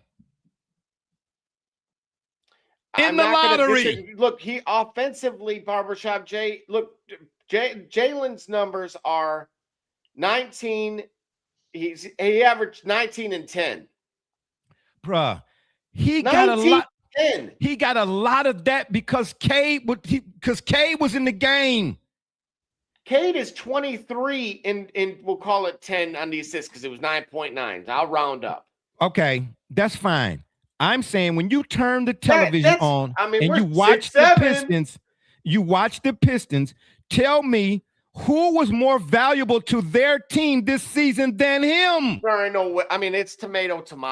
No, it's not. So now we're dismissing because it can't be because it can't be. And Double J, even with you and all the analysis, man, it can't be because what significant roster moves between this year's Pistons team and last year's Piston teams were made that make them a 60-win team? They got all those wily vets. They went and got Tobias Harris. They went and got Duncan Robinson. Oh man, really? Okay, hold on. Okay, so this OKC team that's primed to repeat. How significantly, like our host talks about. All right, but look at the moves that they made. They went and got I almost said Vukovic, but they went and got Hartenstein.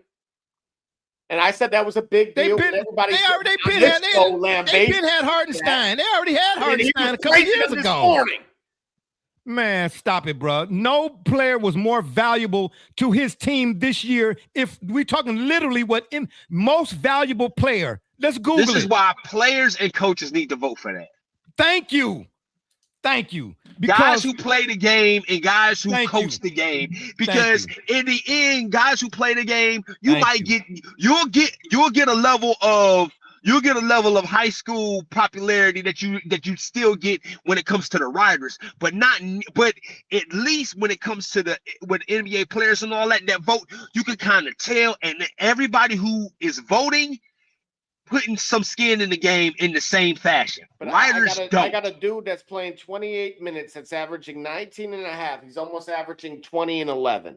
And you want me to dismiss that he wasn't valuable to his team, or that is simply a byproduct? And where is that kind of contribution coming from when it comes to those same role players? I'm calling them role players or supporting cast, however you'd like to frame that.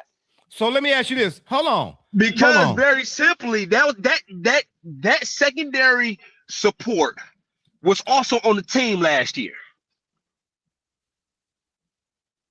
Because here's my and in that same year, in a year, he went from averaging 11.8 in 10 to 19. But Double J, here's what I'm saying. But in 10. Here's what I'm saying. Cade's significance on the Pistons without a legit secondary option is not metrical. If you turn on production, Cade's points statistically went down year over year. Okay, his assists only went up 0.8 year over year. Who's more? Okay, if you take Cunningham, I'm not dismissing. Look, guys, I'm in agreement with you that yes, Cade is by far the MVP of that team. He was the MVP. He was the MVP, period. Because if you give the MVP out for what the MVP is supposed to be given out for, then he should have won MVP. Now, the collapsed lungs thing hurt him or whatever the case may be. Because listen, they tried to do the same thing with Luka over there. That's why we went back and redid that whole 65 game. They made this whatever they came up with to finally say that they were eligible for postseason awards or whatever the case may be, because they know, bruh, the Pistons are 2 years removed from being where? I think they're 1 year removed from the lottery again. So and they've been in the lottery with him. Okay, bruh. I'm not. You can say they've been in the 60. Any other player, they've been in the lottery with him too. Any other player, put it like this: let LeBron had been 2 years removed, and his team won 66 games. Oh, it's nonstop talking about greatness all time. Mike ain't, Kobe ain't this and all of that. Let any other player, KD, let KD had a win and his team won 60-something games, and they be like, who is and who ain't. It's a whole different kind of conversation. This dude, regardless of what happened now, and I'm still saying he's not all the way 100 to me, but that's fine. If they take the L, they take the L. Orlando did what they're supposed to do. But in terms only of 3 teams have ever been number 1 seeds and trailed 3-1. LeBron was one of them. Yeah, the Cavs won 66 games. After he took so-called bums in 07, a couple years after they went, 09. Isn't that what you said? No, what you mean? What, bums? So-called bums, yeah. No, I don't. No, bro, I would never call everybody had help. I would never call them dudes bums. That's people who wanted, because they didn't want to paint pictures. I'm saying that all of these awards, they're all based on, just like the NFL when it comes to who gets in the Hall of Fame. It's all about whether or not if I like you, who's likable and who ain't liked and who I like the most and whose turn it is and all of those crap. It ain't based on what it should be based on is my point. Because if it is, and if it's as it's supposed to be, then there's no reason. The only reason that they had a hiccup in it is because he had that collapsed lung. But if you're talking about most valuable player, then I want there should be a universal definition of most valuable player, not a definition based on who you like or who you don't like, because that's what too many of these awards are based on. Reporters, he gave me an interview, so then I'll, like Marshawn Lynch said, I'm just here just so I don't get fined type of deal. You know what I'm saying? Don't tell me it ain't no shenanigans in the game. But okay, but I have to ask, right? Because it's shenanigans, bro. This is one of the first years ever that you got a guy like Joker that has however many triple doubles for the season. It's not quite what Westbrook did where he averaged it, but it was close enough. I witnessed enough of them to the point where odds nightly were negative, meaning they were favored. It was most likely to occur, and I watched the dude do it in a single half of basketball. Meanwhile, SGA set a record for, I think it was 20 points consistently for, however many games. He set the NBA record for that. And that is still continuing up to this point. So I don't know what Cade taking his team and being a team MVP, how that could possibly have ever even remotely triumphed over. Because that roster, when you look at that roster is a 5th seed in the East at best. And I will, you know what? I completely agree with that. And here's my issue with that statement. That roster is the 5th seed in the East with Cade Cunningham. So with him, and the only reason why it overachieved was because of injuries to guys like Jason Tatum and Tyrese Halliburton and Giannis. Oh, you can't say that. That's like saying what if. Wait, hold on. You can't do that, man. It's about time people face facts here. I think this is obvious now. Let them keep walking. They're down 3-1 Yep. to the 8th seed, and now that they're appropriate, to me, I think that them being lambasted in the way that they are by the both local and national media is unfair, because first of all, no, I'm not gonna let you. I'm not gonna let you do that. I'm not gonna let you do that. I'm not gonna let you do that. I'm not gonna let you do that. I got Gully, hold your thought, because I got 35 examples, and I'm gonna narrow down in 3. They were a victim no. of I'm not gonna let you do that. Year, Number one, I stated that. Number that's one, not fair to them. Number one, what the postseason is, we talking about the regular season MVP. That's what we're talking about here. Even Dirk Nowitzki, I ain't saying whether he was up for MVP or not or whatever it is, when he was expected to win, didn't win when he lost to the Warriors. The playoffs. Jay, what did he do that was so spectacular? Listen, what I'm saying to you is the fact that with him at the helm and not having a legit secondary scoring option, and that team winning 61 games is the reason why he should have been the MVP. And I'm going to give you another analogy, football, NFL. You're telling me that Josh Allen won the MVP and it was legit he should have won it over Lamar Jackson? Lamar Jackson had a better season than he did when he actually won the MVP, but they gave it to Josh Allen. On that. Absolutely. So that's my point. So they give the MVP is not given out based on what it should be given out on. Is given out based on how you feel. No, and that's garbage. On what was accomplished, and that's what I'm saying. You're looking. So what did he not accomplish? These things are legendary. What the Joker has done and what SGA has done in this season, and in many cases. So you're telling me every player who's ever gotten an NBA MVP or regular season MVP or MVP period in any sport, it was based on what they did. It was legit based on what they did. Because we can go back to Steve Nash's, the ones Kobe should have got, and the whole 9. Well, and we've looked at that. That's my point. It's too much suspect around the regular season MVP. I get it that his team improved, but so did the pieces around him. And how much more did those pieces around him? How much more did the pieces around him improve as opposed to them other guys? Hey, I don't like calling other human beings pieces. Okay, the teammates around him. They're the pieces. Change. The hell? They're not pieces, bro. I'm gonna tell you. They are. I'm they're glad pieces. no, they're not. I'm gonna tell you why they're not pieces. I'm gonna tell you why they're not pieces. Hey, listen. No, I'm gonna tell you why. No, I'm gonna tell you why they're not pieces. I'm gonna tell you. No, we're gonna do it right now. And you want to frame this. I'm gonna tell you why they're not pieces. You know why they're not pieces? Because Robert Horry, Steve Kerr, John Paxson define their careers by doing something that Kobe Bryant, Michael Jordan, and LeBron James have never been tasked to do. You know what that is? Whoa. Say that again. Frame that again. Robert Horry, Steve Kerr, John Paxson. Those are just three examples. Robert Horry, Steve Kerr, and John Paxson were tasked to do something that Michael Jordan, Kobe Bryant, and LeBron James, among others, have never been tasked to do for a moment in their NBA careers. You know what that is? What? Shoot hot when you don't have touches. Robert Horry cannot afford to go Robert Horry got to be 1 for 4 with only 6 touches and to win the game. That's defined his career. Steve Kerr and John Paxson, they got to be 3 for 6. They only get 6 touches.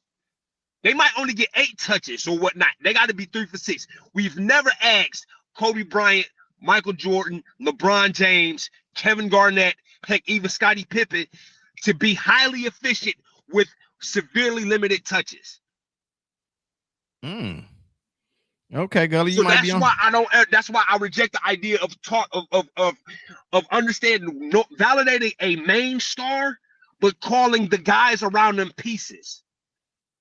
Because the pieces, if you will. So you saying I'm minimizing their contributions? Yes. That's why I don't like to call them pieces. He had a good point, but I'm pieces. Pieces of a dream, pieces on the scene, pieces if you know what I mean. You know what I'm saying? Yeah. Your argument is a piece of something. Okay, well, I don't care about that. You know what I'm trying to say? Yeah, right. Yeah, as long as it's a breath mint. You know what I'm saying? After the fact, I'm just saying. Most valuable player, an accolade or award originally used in team sports to recognize one player for game-changing excellence, and also used outside of sports to recognize excellence in the contributions of an individual to a group effort. I'm saying, based on what the group did, put it like this: what were the? And I'm not knocking Shy. Congratulations to him because he cold, Joker cold. They rightfully, respectfully so.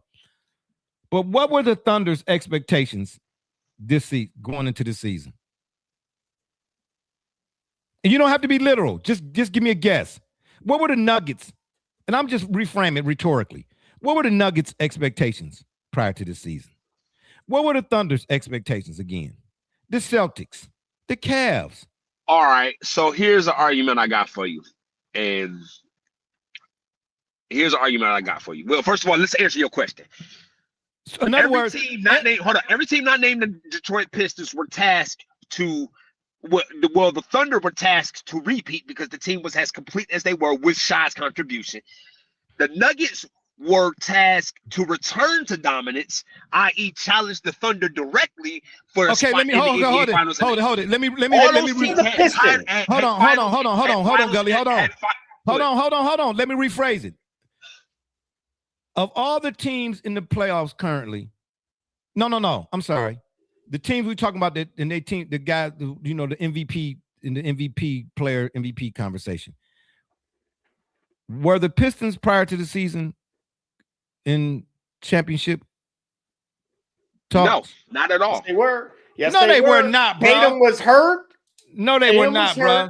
Halliburton was hurt. I guarantee you the Pistons being championship contenders, the numbers, whatever the plus minus on that, it was not fantastic.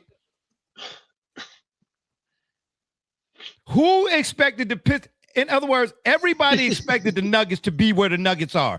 Everybody expected the Cavs to be where the Cavs are. Everybody expected the Thunder to be where the Thunder are. Everybody expected the Celtics to be where the Celtics are. Nobody expected the Pistons to win 60 games, to be anywhere in the playoffs at all, let alone number one seed. So you had higher expectations on the Pistons before over the Cavs, Double J, to start this season? No. Don't tell that lie. No, and not me personally. Yeah, okay, right. We're talking about you personally, and you had higher expectations of the Pistons. Well, by the time the trade deadline and the Cavs traded for Harden, the idea had already been well established. But you had higher expectations of the Pistons over the Cavs. I mean, same division, right? Yeah, like this. How? Based off of what? Yeah, that's what I'm trying to say. And on top of that, Gully, everybody wants to focus on seeding, right? That's not very far, folks. Everybody wanted to focus on seeding. You tell me, the Orlando Magic are an 8th seed. There's only 16 teams in the play that can get into the postseason. You already have more than halfway down the list. And look at this. Imagine that the Orlando Magic were actually ahead at the preseason level. Okay, but we asked you about what we expected from the Pistons. We asked you about where the Orlando Magic expected. Right, because that means the Orlando Magic being the 8th seed, they really not the 8th seed. Oh, and I told you that. Okay, I stated that the Pistons were not actually. It was unfair for their record to have these folks believing that they were truly a 60-win team. Because as Gully pointed out, they should have been in the 5 spot. No. He didn't say they should have been. He was just making a case. I made a point that they rostered. Yeah, I made a point that they're right. I see what you're saying. In a year from now, you see what he did. The 5 spot would be very believable. He's taking pieces of your argument and putting it back together. You know what I'm saying? He's making a. Oh, now here we go with the pieces again. Dysfunctional transformer. That ain't Optimus Prime. That's Beta Ray Bill. It's more like it. Is what it is. I'm just saying right now, bro. You know what I mean? Cade was my MVP. Because I did not see the Pistons doing what they're doing and where they at right now prior to whatever it is getting ready to happen to them. Oh, they went to 7 games with the Knicks a year before? But that's the Knicks, bro.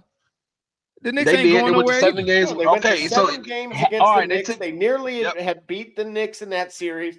What did we think with the new complementary players around Cade that they weren't going to improve? Because his complement, they weren't going to improve past Boston. That's what I'm trying to say. But remember, preseason Boston had no Jason Tatum, and that he was likely going to be out this entire season. Yeah, but preseason Boston is still better than anything that the preseason Pistons are. Absolutely it is. No, wrong. Absolutely it is. There's not a no. Absolutely it is. Because you're talking about, okay, so you validate MVP? Right you validate. The Boston Celtics are down here. 41.5 wins. Man, 41.5. I don't care. They had to find. Wasn't the Boston Celtics? Oh, see, you be bring it back up. Hold on, but wasn't the Boston Celtics didn't they just win the finals 10 minutes ago? Celtics at the start of the 41.5. Yeah, somebody's gonna make a lot of money, bro. Man, the San Antonio Spurs, right there too. Man, stop it. Healthy Gumby, man, and stop and it. Prickle man, and all them. Stop it, bro. I'm going off the eye test, not projections and such. I'm saying nobody expected the Pistons to be where the Pistons are at. Well, even without Jason Tatum, you still had higher expectations for the Celtics than you did the Pistons. Still don't take away from the point. And that's based on the eye test. Man, come on now. Boston, you knew, was a championship contender. no matter what. You guys act like the Pistons were a lottery team the year before. I'm not going to buy that. I can't do it. What I'm saying is the Pistons surprised everybody because we just did this. Last year, they were decent enough to get the playoffs. Okay. The year before that, they won that many games. Nobody turns around a team that doggone fast, bruh. Nobody is. Come on, bruh. Don't do that. Don't do that. Don't do that. Within a 3-year span, bruh. Everybody else we're talking about, so did the team around him. But did it improve? You telling me he got more of a squad around him than Shea? No, but that's the Celtics. That's the NBA champions. Okay, so he got more. Then what about the Denver Nuggets? I was going there too. What about the Nuggets? The Nuggets we're going to get to them. They're about to be out, and they probably should have been. No. We're talking about. Let's keep it 100. Is that Denver team improved? We talked about them getting people back from when they had that championship run, like Bruce Brown, but they did lose Michael Porter Jr. Okay. Right? Is that supporting cast truly better? And then Aaron Gordon got hurt for most of the year. But my point is it better than what K got? That's not the same because you're talking about a team that has won a title. What you mean? But we're talking about right now. We're talking about this season right now. They're both about to be out. So what are we talking about here? Listen. Joker's not going to win the MVP either. So you're talking about the MVP from the... I'm saying Cade should have... If the MVP is given out based on what it should be given out on, Cade was the MVP. Then it should be Victor Wembanyama. Because according to this, the Spurs were slated behind the Pistons, and they ended up doing better than the Pistons, and he was the whole reason why. That's according to them. I'm talking about according to the eye test. Correct.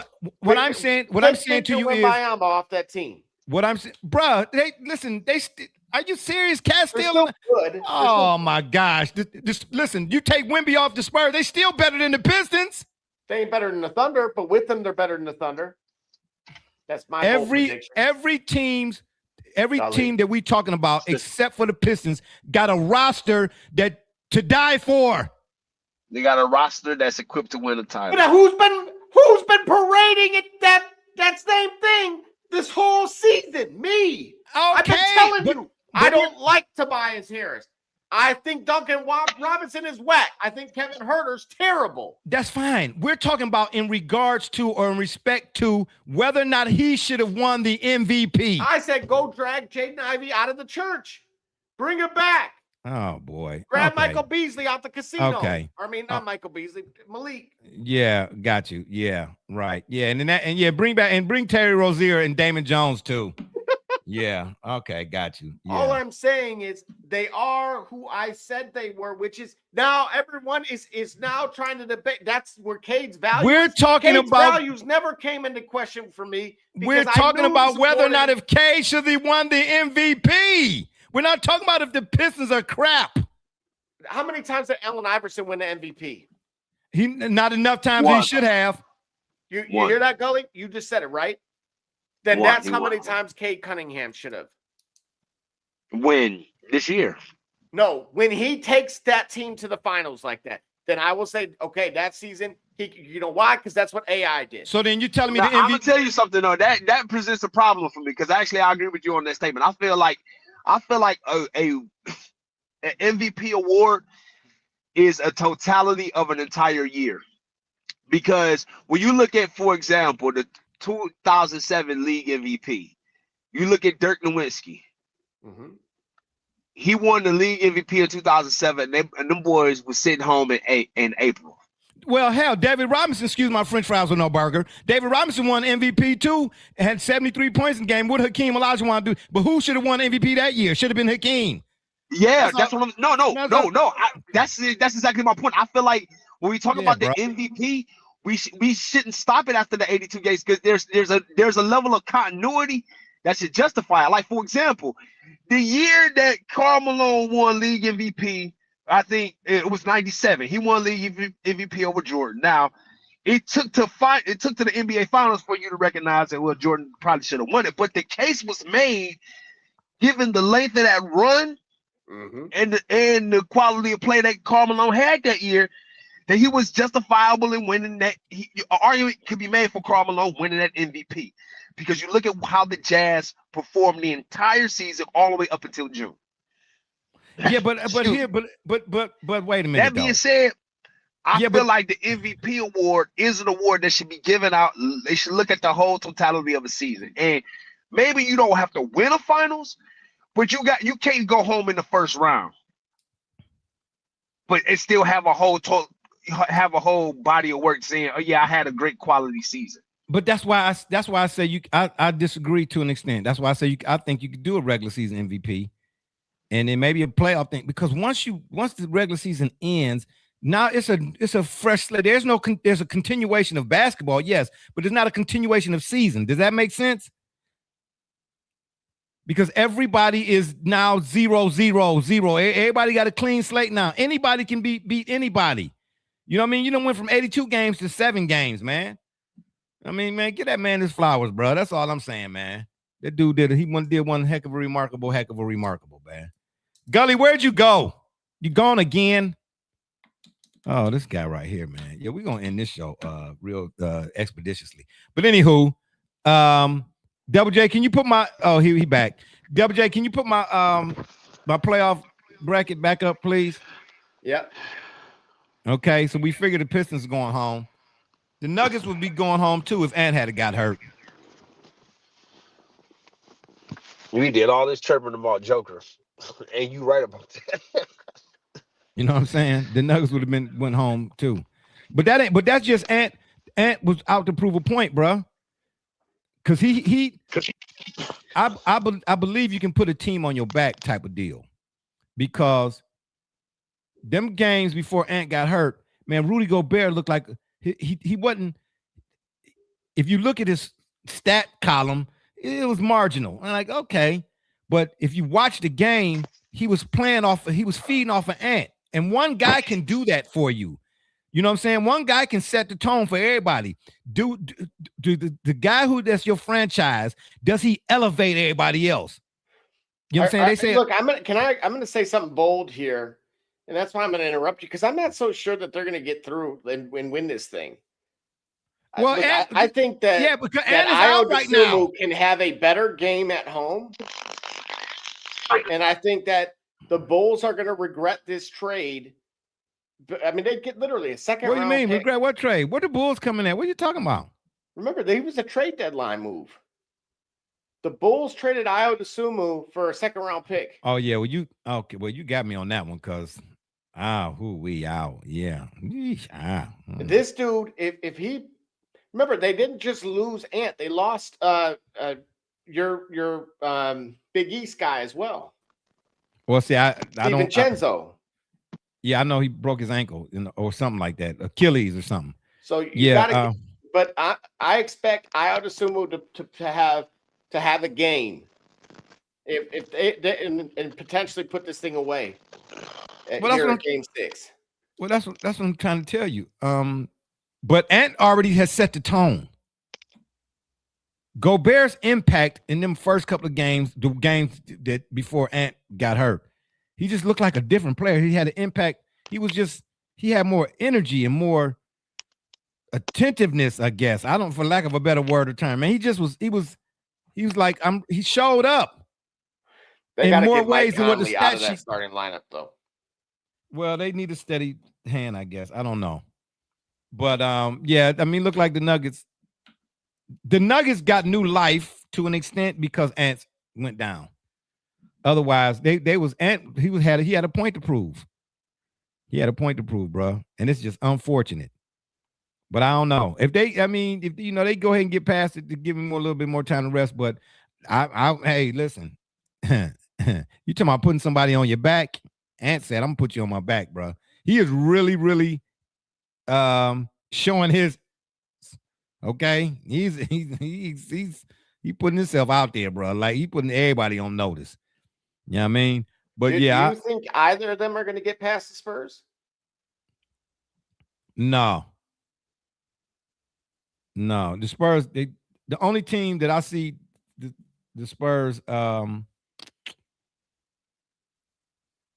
is OKC. I think that's your Western Conference Finals, barring injury or anything catastrophic. It'll be interesting because remember, a certain set of files said the Lakers. What? Don't you remember in the files it showed that this year's winner would be the Lakers? I don't know. I don't have a clue. What you talking about here? Gully, where you go? Because he need to hear that. Oh, he's not back yet. Okay. What files? What are you talking about? The files.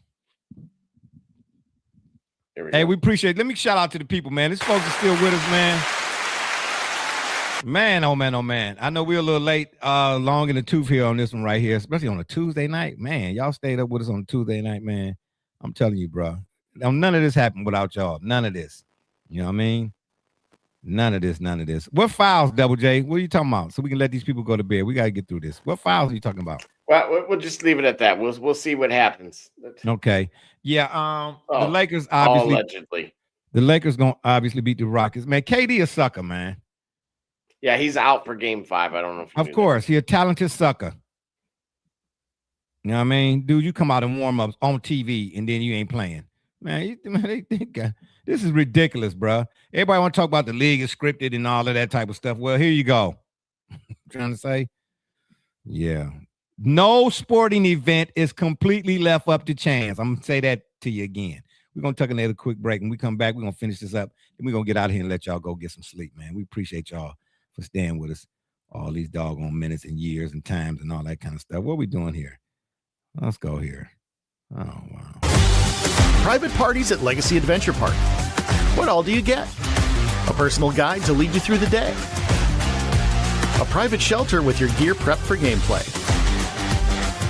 Shuttles to and from 7 of the best fields in the state. Safe zones to watch the gameplay risk-free. And all the food, drinks, and gear to keep you in the game. Book your private party today at Legacy Adventure Park.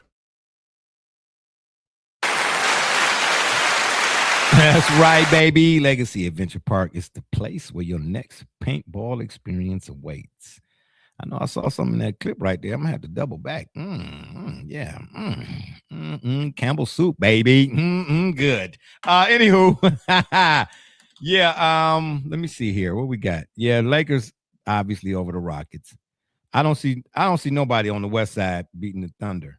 I really don't. Not even the Spurs. I did at first, like, ooh, Spurs, yeah, and the Spurs are good, but man, Thunder, they just seem like they locked in, bro. What weaknesses do they have, if any? I don't see none. Okay, don't all. I mean, I'll say the potential. So they don't have none. In other words, that's okay. I got you. Yeah, Jalen Williams, just him having lingering injuries this year. Right? Oh, the hamstring. Right. So potentially just not being at full strength. And again, they've proven throughout the season that they can clearly be a next man up and arguably have more depth than and they got seen. And then on top of that, they got the Clippers pick, which could end up being a 4 or a 5 or something. Yep. That is ridiculous. That's ridiculous. You know what I'm saying? Whew. You know what I mean? And how many games did the Thunder win this year? What was their record? How many games they win? I believe it was in the 60s. They won 60 games too? Here we go. I'll tell you right now. Gully, where you at? 64. And K by himself basically led some bums to 61. Shout out to my man K. No, I mean, look. Shout out to my man K. Shout out to K, baby. Yeah. I mean, Shay, he got a whole complement. He got an army over there. K, he got slingshots. Bing, bing. But, David did slay Goliath. I'm just saying. Thunder and Spurs in the Western Conference Finals, in my opinion. Smell like an onion. Ooh, we got to do something about that. And then on the east side,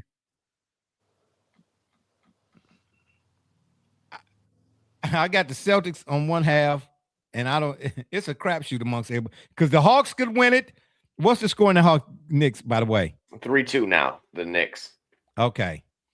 The Hawks could win it. The Knicks could win it. The Raptors could win it. The Cavs could win it. The Magic could win it, and maybe not so much the Pistons. But I mean, anybody could be in it from them teams I named. I'm going to say this: Atlanta needs to be able to adjust because the Knicks have found something out defensively, and they've held C.J. McCollum to 17, and then tonight it was 6. So,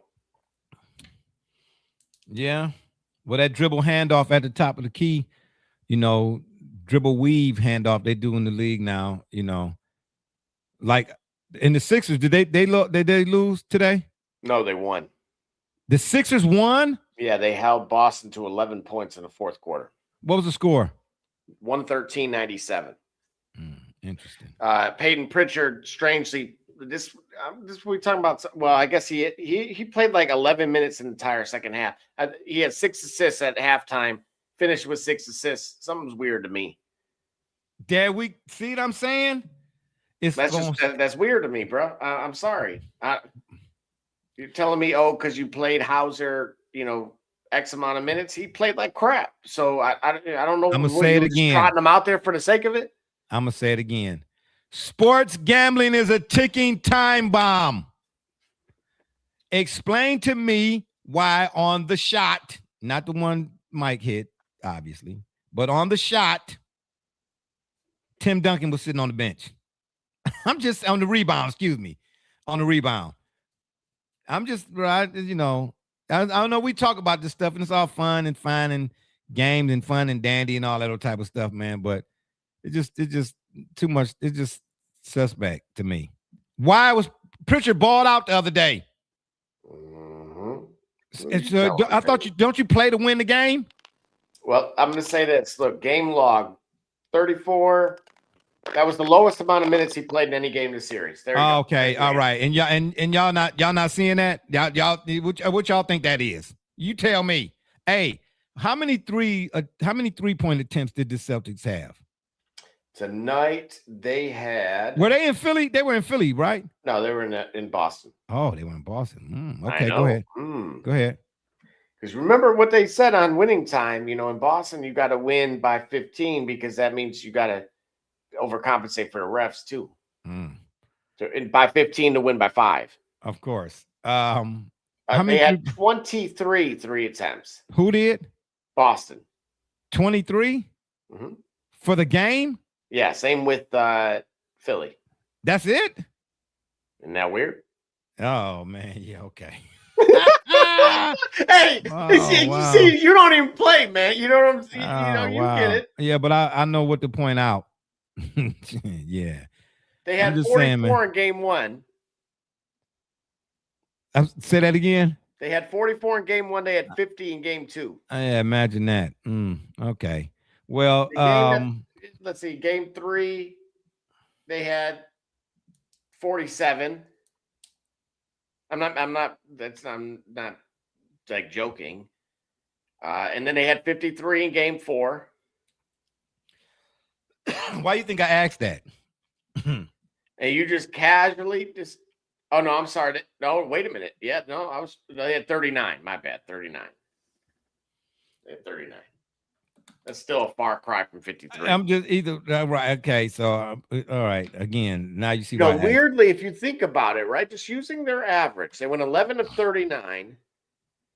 If you were to just stay on that 28% and increase that number, which is what the analytics guys do on purpose, and you look at the point differential, because they lost by 16, you're talking about plus or minus 1. Yeah, follow the money.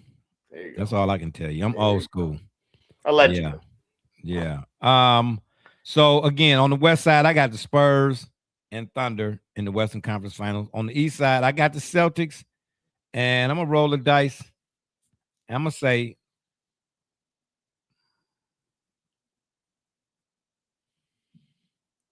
by all accounts and purposes, it should be the Cavs. But the Cavs, they suspect too. The Raptors made a good adjustment on them. Why they didn't do it in the first 2 games, I have no idea. Are you going to give some credit to what I had said? What do you mean? They playing Scotty Barnes and Barrett playing straight up? Well, and Murray Boyles. I don't know who that is. Who's Murray Boyles? Oh. I don't even. Who's Murray Boyles? Colin Murray Boyles. I told you. Kyler Murray. No, Colin Murray Boyles. Is that his last name? Boyles? Murray hyphen. Boyles. Murray Boyles is his last name. B-O-Y or B-O-I?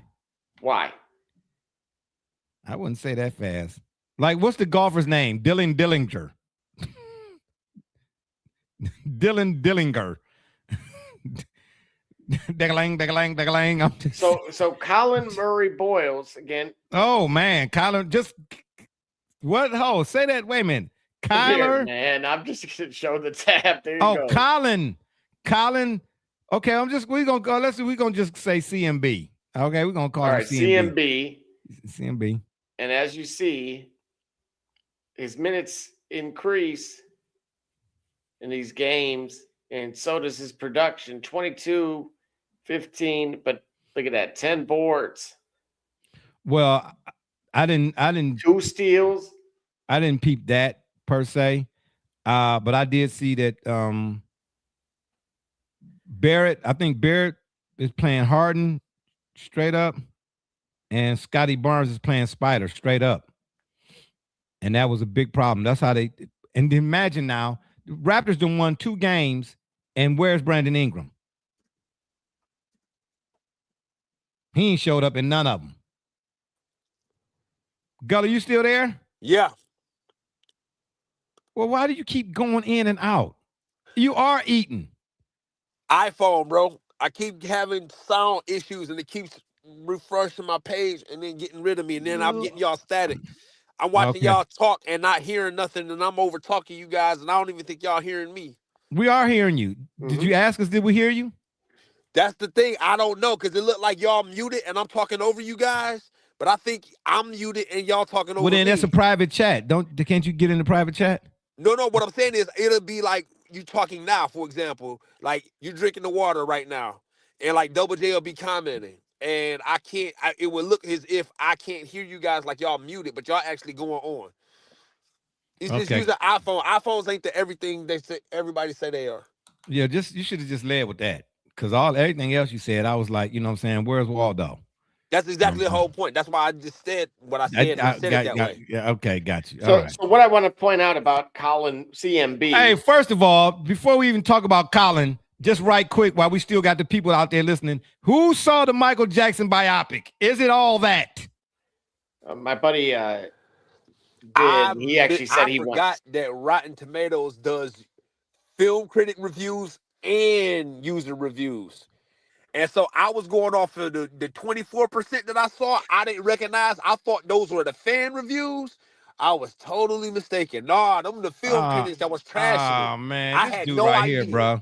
You worse than Double J. No, I forgot that Rotten Tomatoes does do film critic reviews. I thought they only did fan reviews. Okay, first of all, I don't care nothing about Rotten Tomatoes or bananas. When I seen the promo for it, I don't need somebody else to tell me what it is. I'm going to see it for myself. I don't care nothing about Rotten Tomatoes. I don't care nothing about Cisco and Ebert giving it 2 thumbs up or 2 thumbs down. We can go all the way around. You understand? Sound check. Man, go Belly, check. I actually said you have to look at that invert. Like you might be on the other side or something, bro. Because don't worry about it. I was making a point. That's the point I was making. The heck you talking about there over there, little chilly time, Willie? I don't know who you think you talking to, boy. I'm BSJ. You understand me? Let me get myself a button. You know what I'm trying to say? You better recognize and realize, you know what I'm trying to say? Boy, you don't know who you messing with over here. I'm talking about you Rotten Tomatoes. I don't need Rotten Tomatoes to tell me. I seen Mike when he came up out the doggone at the Super Bowl, boy. Thanks to In Living Color. I'm just saying, bro. It's because of Mike that you can see Chris Brown and Rihanna and everybody else at a halftime show. Don't play me, bro. I'm going to see Mike because of that. I'm not because Rotten Tomatoes said. Rotten Tomatoes. I can smell them all the way over here, too. The hell? No, them are your feet, bro. You need to change your socks. Well, I don't have no socks on. Why you? You know what I'm saying? I'm straight up. You know what I'm saying? Bear Grylls. You ain't lying. Yeah, I'm trying to say exactly what I am, baby. You know what I'm saying? Crikey. Man, don't play with me. Talking about Rotten Tomatoes. Who cares what Rotten Tomatoes think? I'm asking you, what do you think? You tell me you didn't go see it or decided to or not to because of what Rotten Tomatoes said? Oh, man, please. Go to bed. No. No, nothing. Don't tell me nothing. I'm telling you that I've more generally been consistent with a Rotten Tomatoes review when it was a user review. I forgot that Rotten Tomatoes do critic reviews. That's your fault. Did you go? So like, for example, when I saw Midsommar, Rotten Tomatoes gave that a high. That was an obscure film from A24, but it was highly rated. When I saw it, my opinion of the film was consistent with Rotten Tomatoes score, and I was thinking that I was just looking at the fan reviews. So when I saw the 24%, I'm saying the 24% that I saw from Rotten Tomatoes was agenda driven, because they also gave the Leaving Neverland documentary, they gave that like 98%, but those were film critics that gave the Leaving Neverland documentary 98%.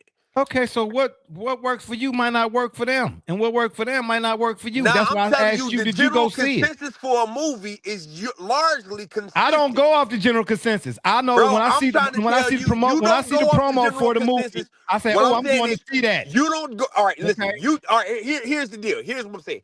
You don't go off the general consensus. That's what you say. I get it. You don't lead with that. Fine, I understand that. But all of your rave reviews about the Predator series are consistent with the Rotten Tomatoes high ratings for those. Well, guess what? I wouldn't know whether my reviews about the Predator series was consistent with Rotten Tomatoes because I don't like Rotten Tomatoes. Okay? Well, they can't use them for nothing. What I'm saying. I like tomatoes on my salad. If they rotten, I can't use them. You get what I'm saying? I went to see the Predator series. I don't like Rotten Tomatoes either, but that means it's fresh. Well, apparently you do. Apparently you love them. I don't love Rotten Tomatoes. I can't tell. That's the name of the platform. Because see, look, listen, if the Rotten Tomatoes, because that's what I'm trying to tell you. The platform is yes, Rotten Tomatoes. But it's so aptly named. You know what, Double J? This is how when you're talking to somebody whose memories is in black and white, he don't understand what is actually he's saying. Hey, I know one thing. I know my left from my right. Just to be disagreeing, because he don't get what I'm know my left from my right. I know that. You understand me? Yeah. You know what I'm saying? Yeah. Yeah, you know your left and right. That's why you make 3 lefts in order to go right. Cue the theme song for the Boondocks. I am the dog. Never mind. I'm not even about to go there. Yeah, don't look. Anyway, Riley, that's my point. You know what I'm trying to say? This dude right here, Riley. Yeah, man, let's get on up out of here, man. Last thing for the day. Let these people go get some sleep. The NCAA tournament. Will there be changes? Well, it's already been approved. They won't let everybody in there. Oh, okay. So it's already been approved then, huh? 76 teams, huh? That's right. I mean, all right. It's 7. Just let everybody play, man. Just let everybody in the tournament. Well, wait a minute. Wait. Hold on, Gully. Hold on, Double J. Gully, before you go any further, we need to know now, is this you talking or is this Rotten Tomatoes? You're about to find out. Yeah. Who's afraid of the big bad wolf? The big bad wolf, man. Cut me in. First of all, it's supposed to be a 64-team tournament that now got 68 teams. Now we're about to add more teams, and it will be 76 teams. Who is this according to? You didn't tell us. Is this according to Rotten Tomatoes? Said it's about to expand. It's according to the same people. You said it's about to. It's according to the same. I asked the question. I said, is it going to? They. Yeah, them. They. I said the NCAA tournament is supposed to be making changes. What the? So they're doing exactly what Jay said they already did. Gully, if you remember. Yeah, so they're gonna make changes. They're gonna bring them 76 teams. No, bro, make it 64. Like that's 64 teams. No, look. The fact of the matter is that's one of the funnest times of the year. In there. Hold on, Gully. You breaking up a little bit. What'd you say, Double J? Say that again. Look, that first weekend, we'll call it with the first and second actual rounds, is one of the best in all of sports, and it needed to be. Is it the most watched? You think? Well, in general, I mean, that's why I've always suggested that I liked the conference tournament weekend before, because it's just simply more games as a whole, because obviously there's more teams. But so does this the first four, the magic of the first four in what we've seen in an era that now has a lack of Cinderellas, but what we've seen is that at least someone from that quote unquote first four makes it into the second weekend. That was Texas, of course, this past season. Now what you're going to see, that's the only expansion that's there.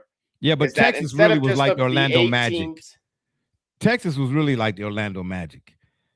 You know what I mean? Mm-hmm. Yeah, they had a couple hiccups throughout the season, but they were better than what their seeding or their placement was initially. But Gully, so to Gully's point, that field of 68 will essentially remain the same. It's just, think of it as the first four portion expanding to those 12 games. So you'll have more play-ins. Yeah, bro, that's essentially what's going to happen. Everybody in this tournament, bro. I mean, what kind of bracket you gonna be filling out then? Like, your brackets are too. No, the same. Like, that's what I mean. It's going to be the same. I want. Slow down. You're chopping up there. You're trying to get it out so fast. It's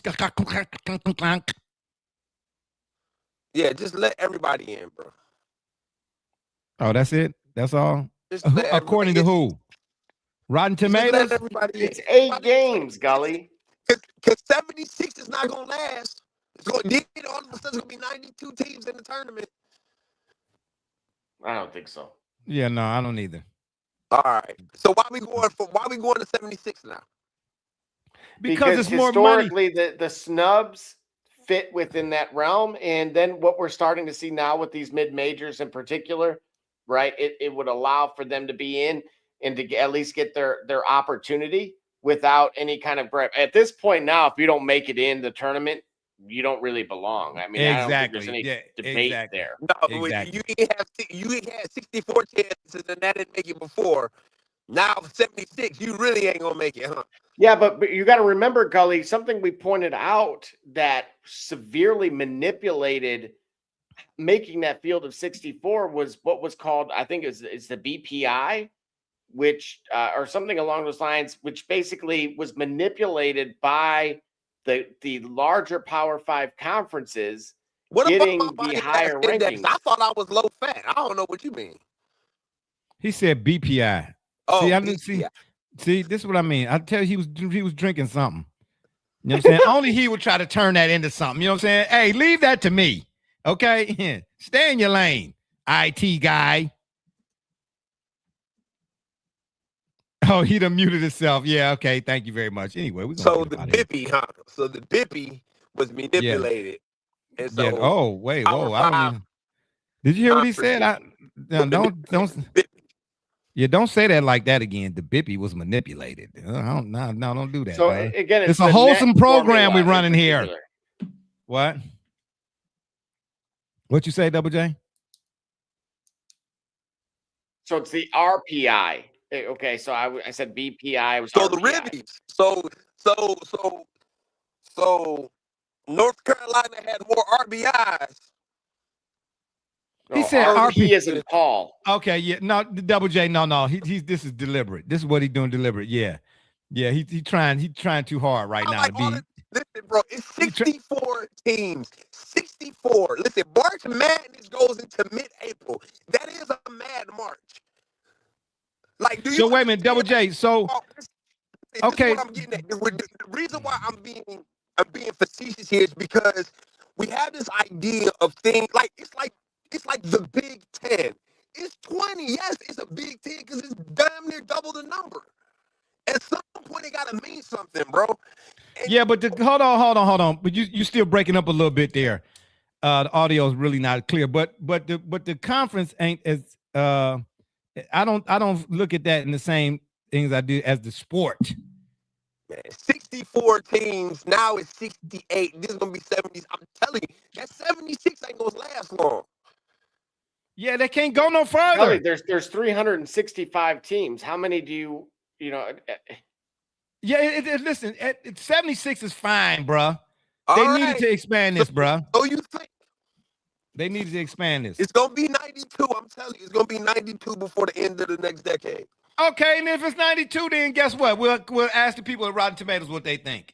Ain't nobody got time for that. We don't got time for 64. We don't got time for 68. Yeah, we do. Yeah, we do. We got time for 64. Your bracket is gonna be a book report. Your bracket is gonna be a thesis going forward. Hey, guess what? Follow the money. Bro, anytime they can make a buck, they're gonna make a buck.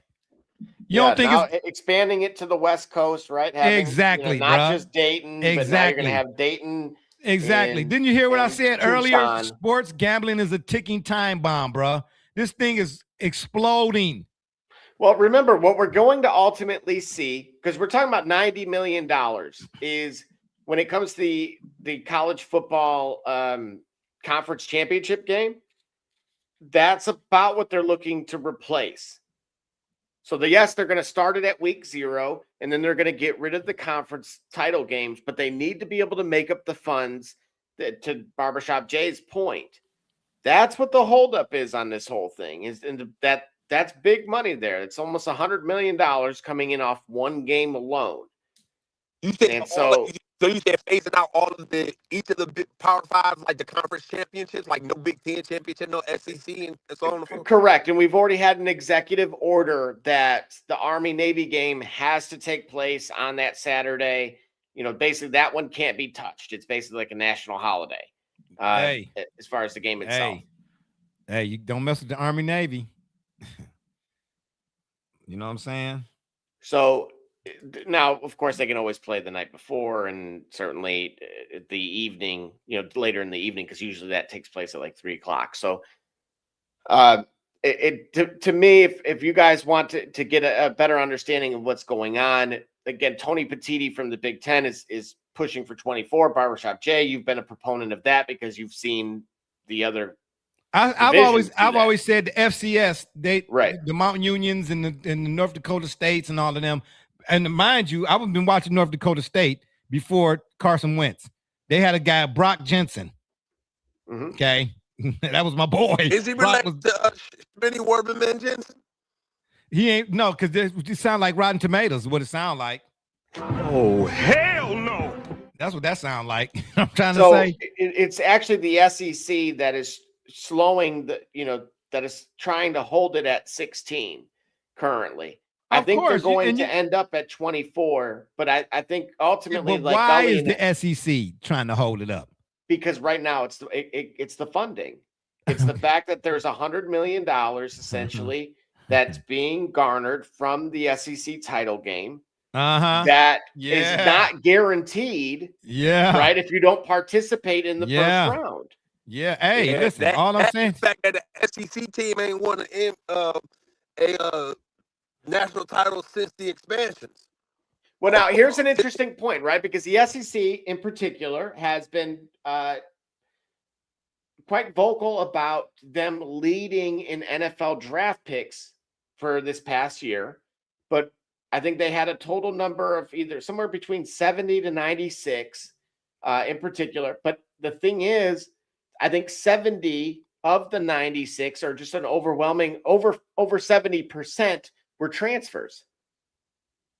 They did not begin their journey, and actually the Big Ten actually tabled the recruiting to draft pick by percentage. So they're you got to dig a little bit deeper, folks. Yeah, but, I'll give follow the money, man. Follow the money, and you know how, man. All the sports books and sports betting is gonna go off the charts. Do you hear me? This becomes a sports business journal on this program. I'm just saying the SEC, they feel it's, to me, them holding this all up, and I'll get it, the money and all of that type of stuff, but it's a false sense of entitlement type of deal. You had your run. Paul Bear Bryant, may he rest. It's them days. He's not coming through the door. This is 2026 and beyond. This Buzz Lightyear, baby. But shouldn't Nick Saban right now, if they can part ways now? I don't know if you saw this, but they gave Kalen DeBoer a contract extension. I did. I didn't see the amount, but I did see that. And I'm going to speak on behalf of the majority of the Alabama fan base. because I've heard them echo this time and time again. They are in disbelief because their same athletic director was just complaining mere months prior, and they found themselves essentially in between a rock and a hard place because Michigan was trying to take their coach. And Michigan was trying to get DeBoer? Yes. They pretty much had offered him a blank check. They were going to. And of course, so Alabama basically said, well, wait a minute. If we don't retain him, where do we go from here? Right. And this is something I brought up to you guys that if you take just a small step back and say, how many active coaches have won national titles? So who could you actually get that would be deemed viable? Right. Well, now, DeBoer ain't anybody won that one. would be behind Nick Saban was going to look worse. I think everybody that has a pair of functional eyes would know that that would likely be the case. But how far off of a cliff would you fall? Because remember, Lane Kiffin was an option, but because of some things behind the scenes, I don't want to. We don't have to go down that road. But yeah, Lane Kiffin. And now naturally he is the highest coveted and ultimately went to LSU. So you're saying it's only about 4 or 5 guys out there, and James Franklin ain't one of them. But the thing is, one of those names could have very well been Nick Saban, especially under a limited window. If you would have said, look, Nick, we need you for 2 years. If you remember, one of the most important phrases that were echoed when he retired was, when I walked in that room, I was not sure I was going to walk out retired. Which means that level of uncertainty then should have meant there was a crack in that door for a return, especially if it was a limited one. Because, of course, he was 73 years old or something along those lines. Yeah, but did he? Well, I guess that answers the question, though. Did he still want to do it? Apparently, he did. It does. I think if you could, yeah, exactly. That does. To me, that indicates that level of uncertainty suggests that there was still a willingness there. Well, if Bill Belichick is still doing it at 99, then well, he's got somebody keeping him young, doesn't he? Well, slow down there, killer. Whoa, slow down there now. Whoa. Yeah, wow. Okay, then there.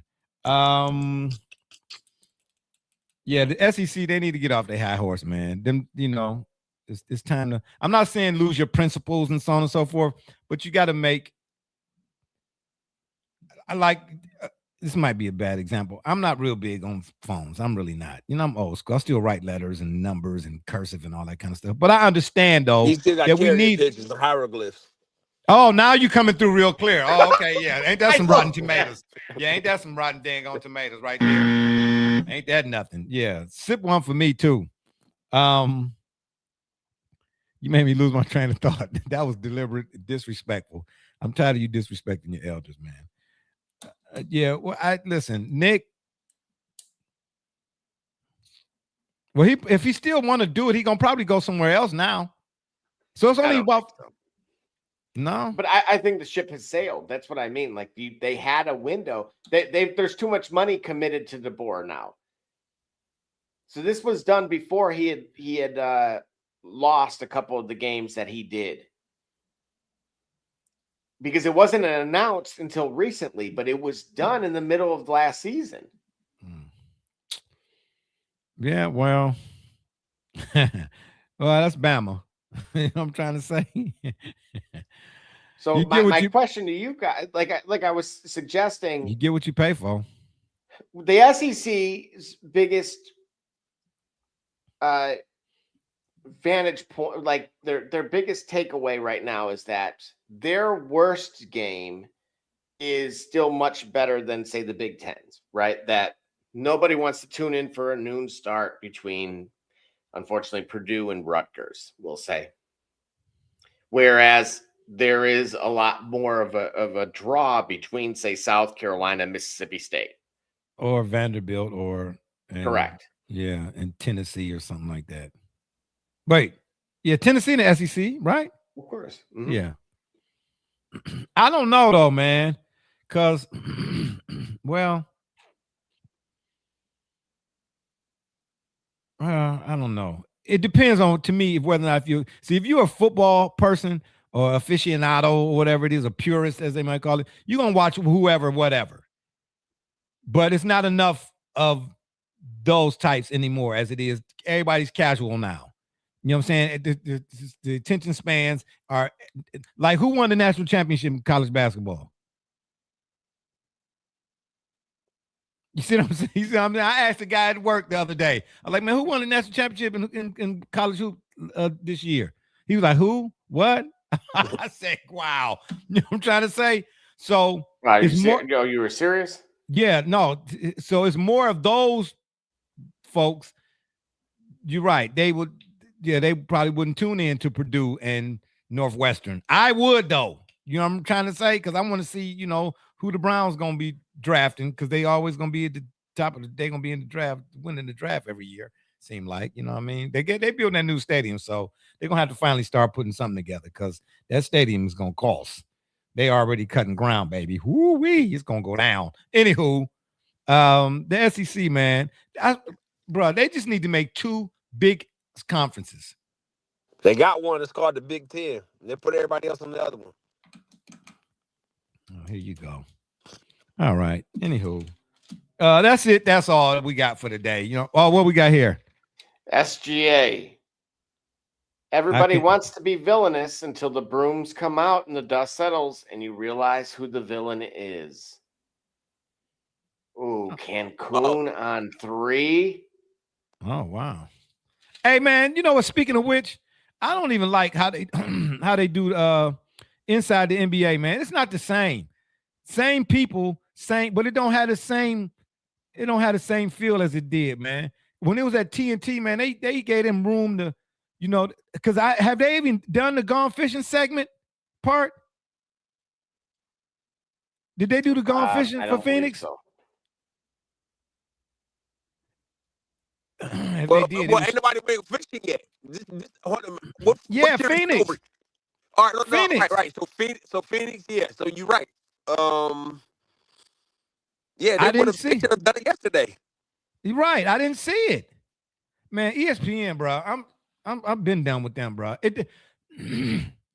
don't fit with ESPN. TNT, bro. It just was a better feel, man.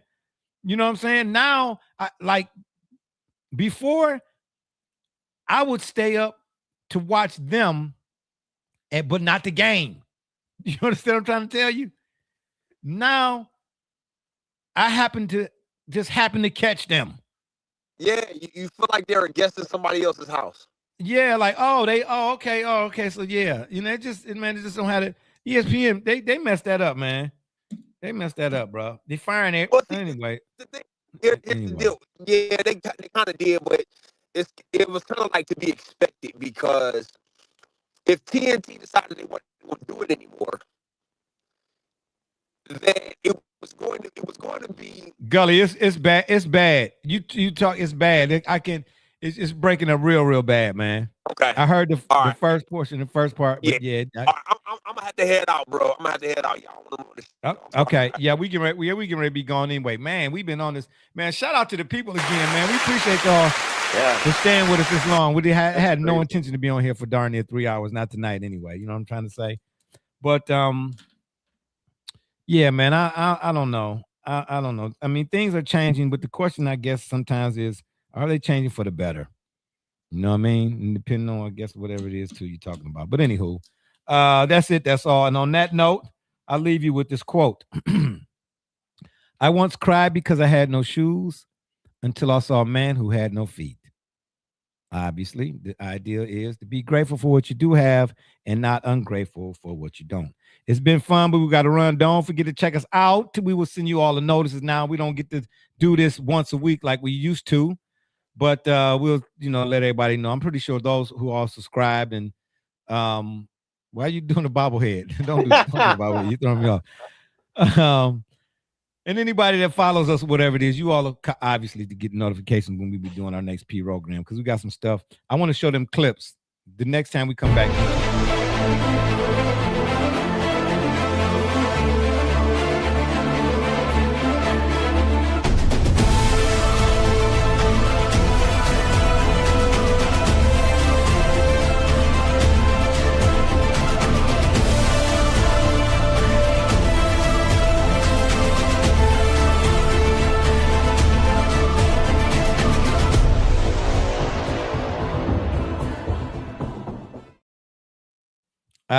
You know what's crazy? I didn't mean that. Listen, I got my notes here, so I touched one of the hotkeys and it just started playing. Well, I was looking at myself. I'm like, I didn't do that. Like, yeah, I had to make sure. Yeah, no.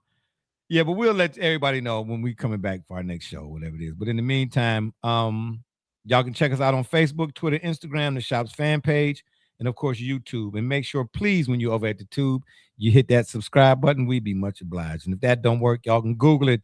For my dudes, B Rich, Double J, D Gully, and all those who follow and support us, we say thank you. And Barbershop J, you've been listening to the Shop Report. And remember, the next time y'all want to know what's really going on, man, come to the shop. Walk-ins are always welcome. Holla. I'm not playing no more commercials. No more.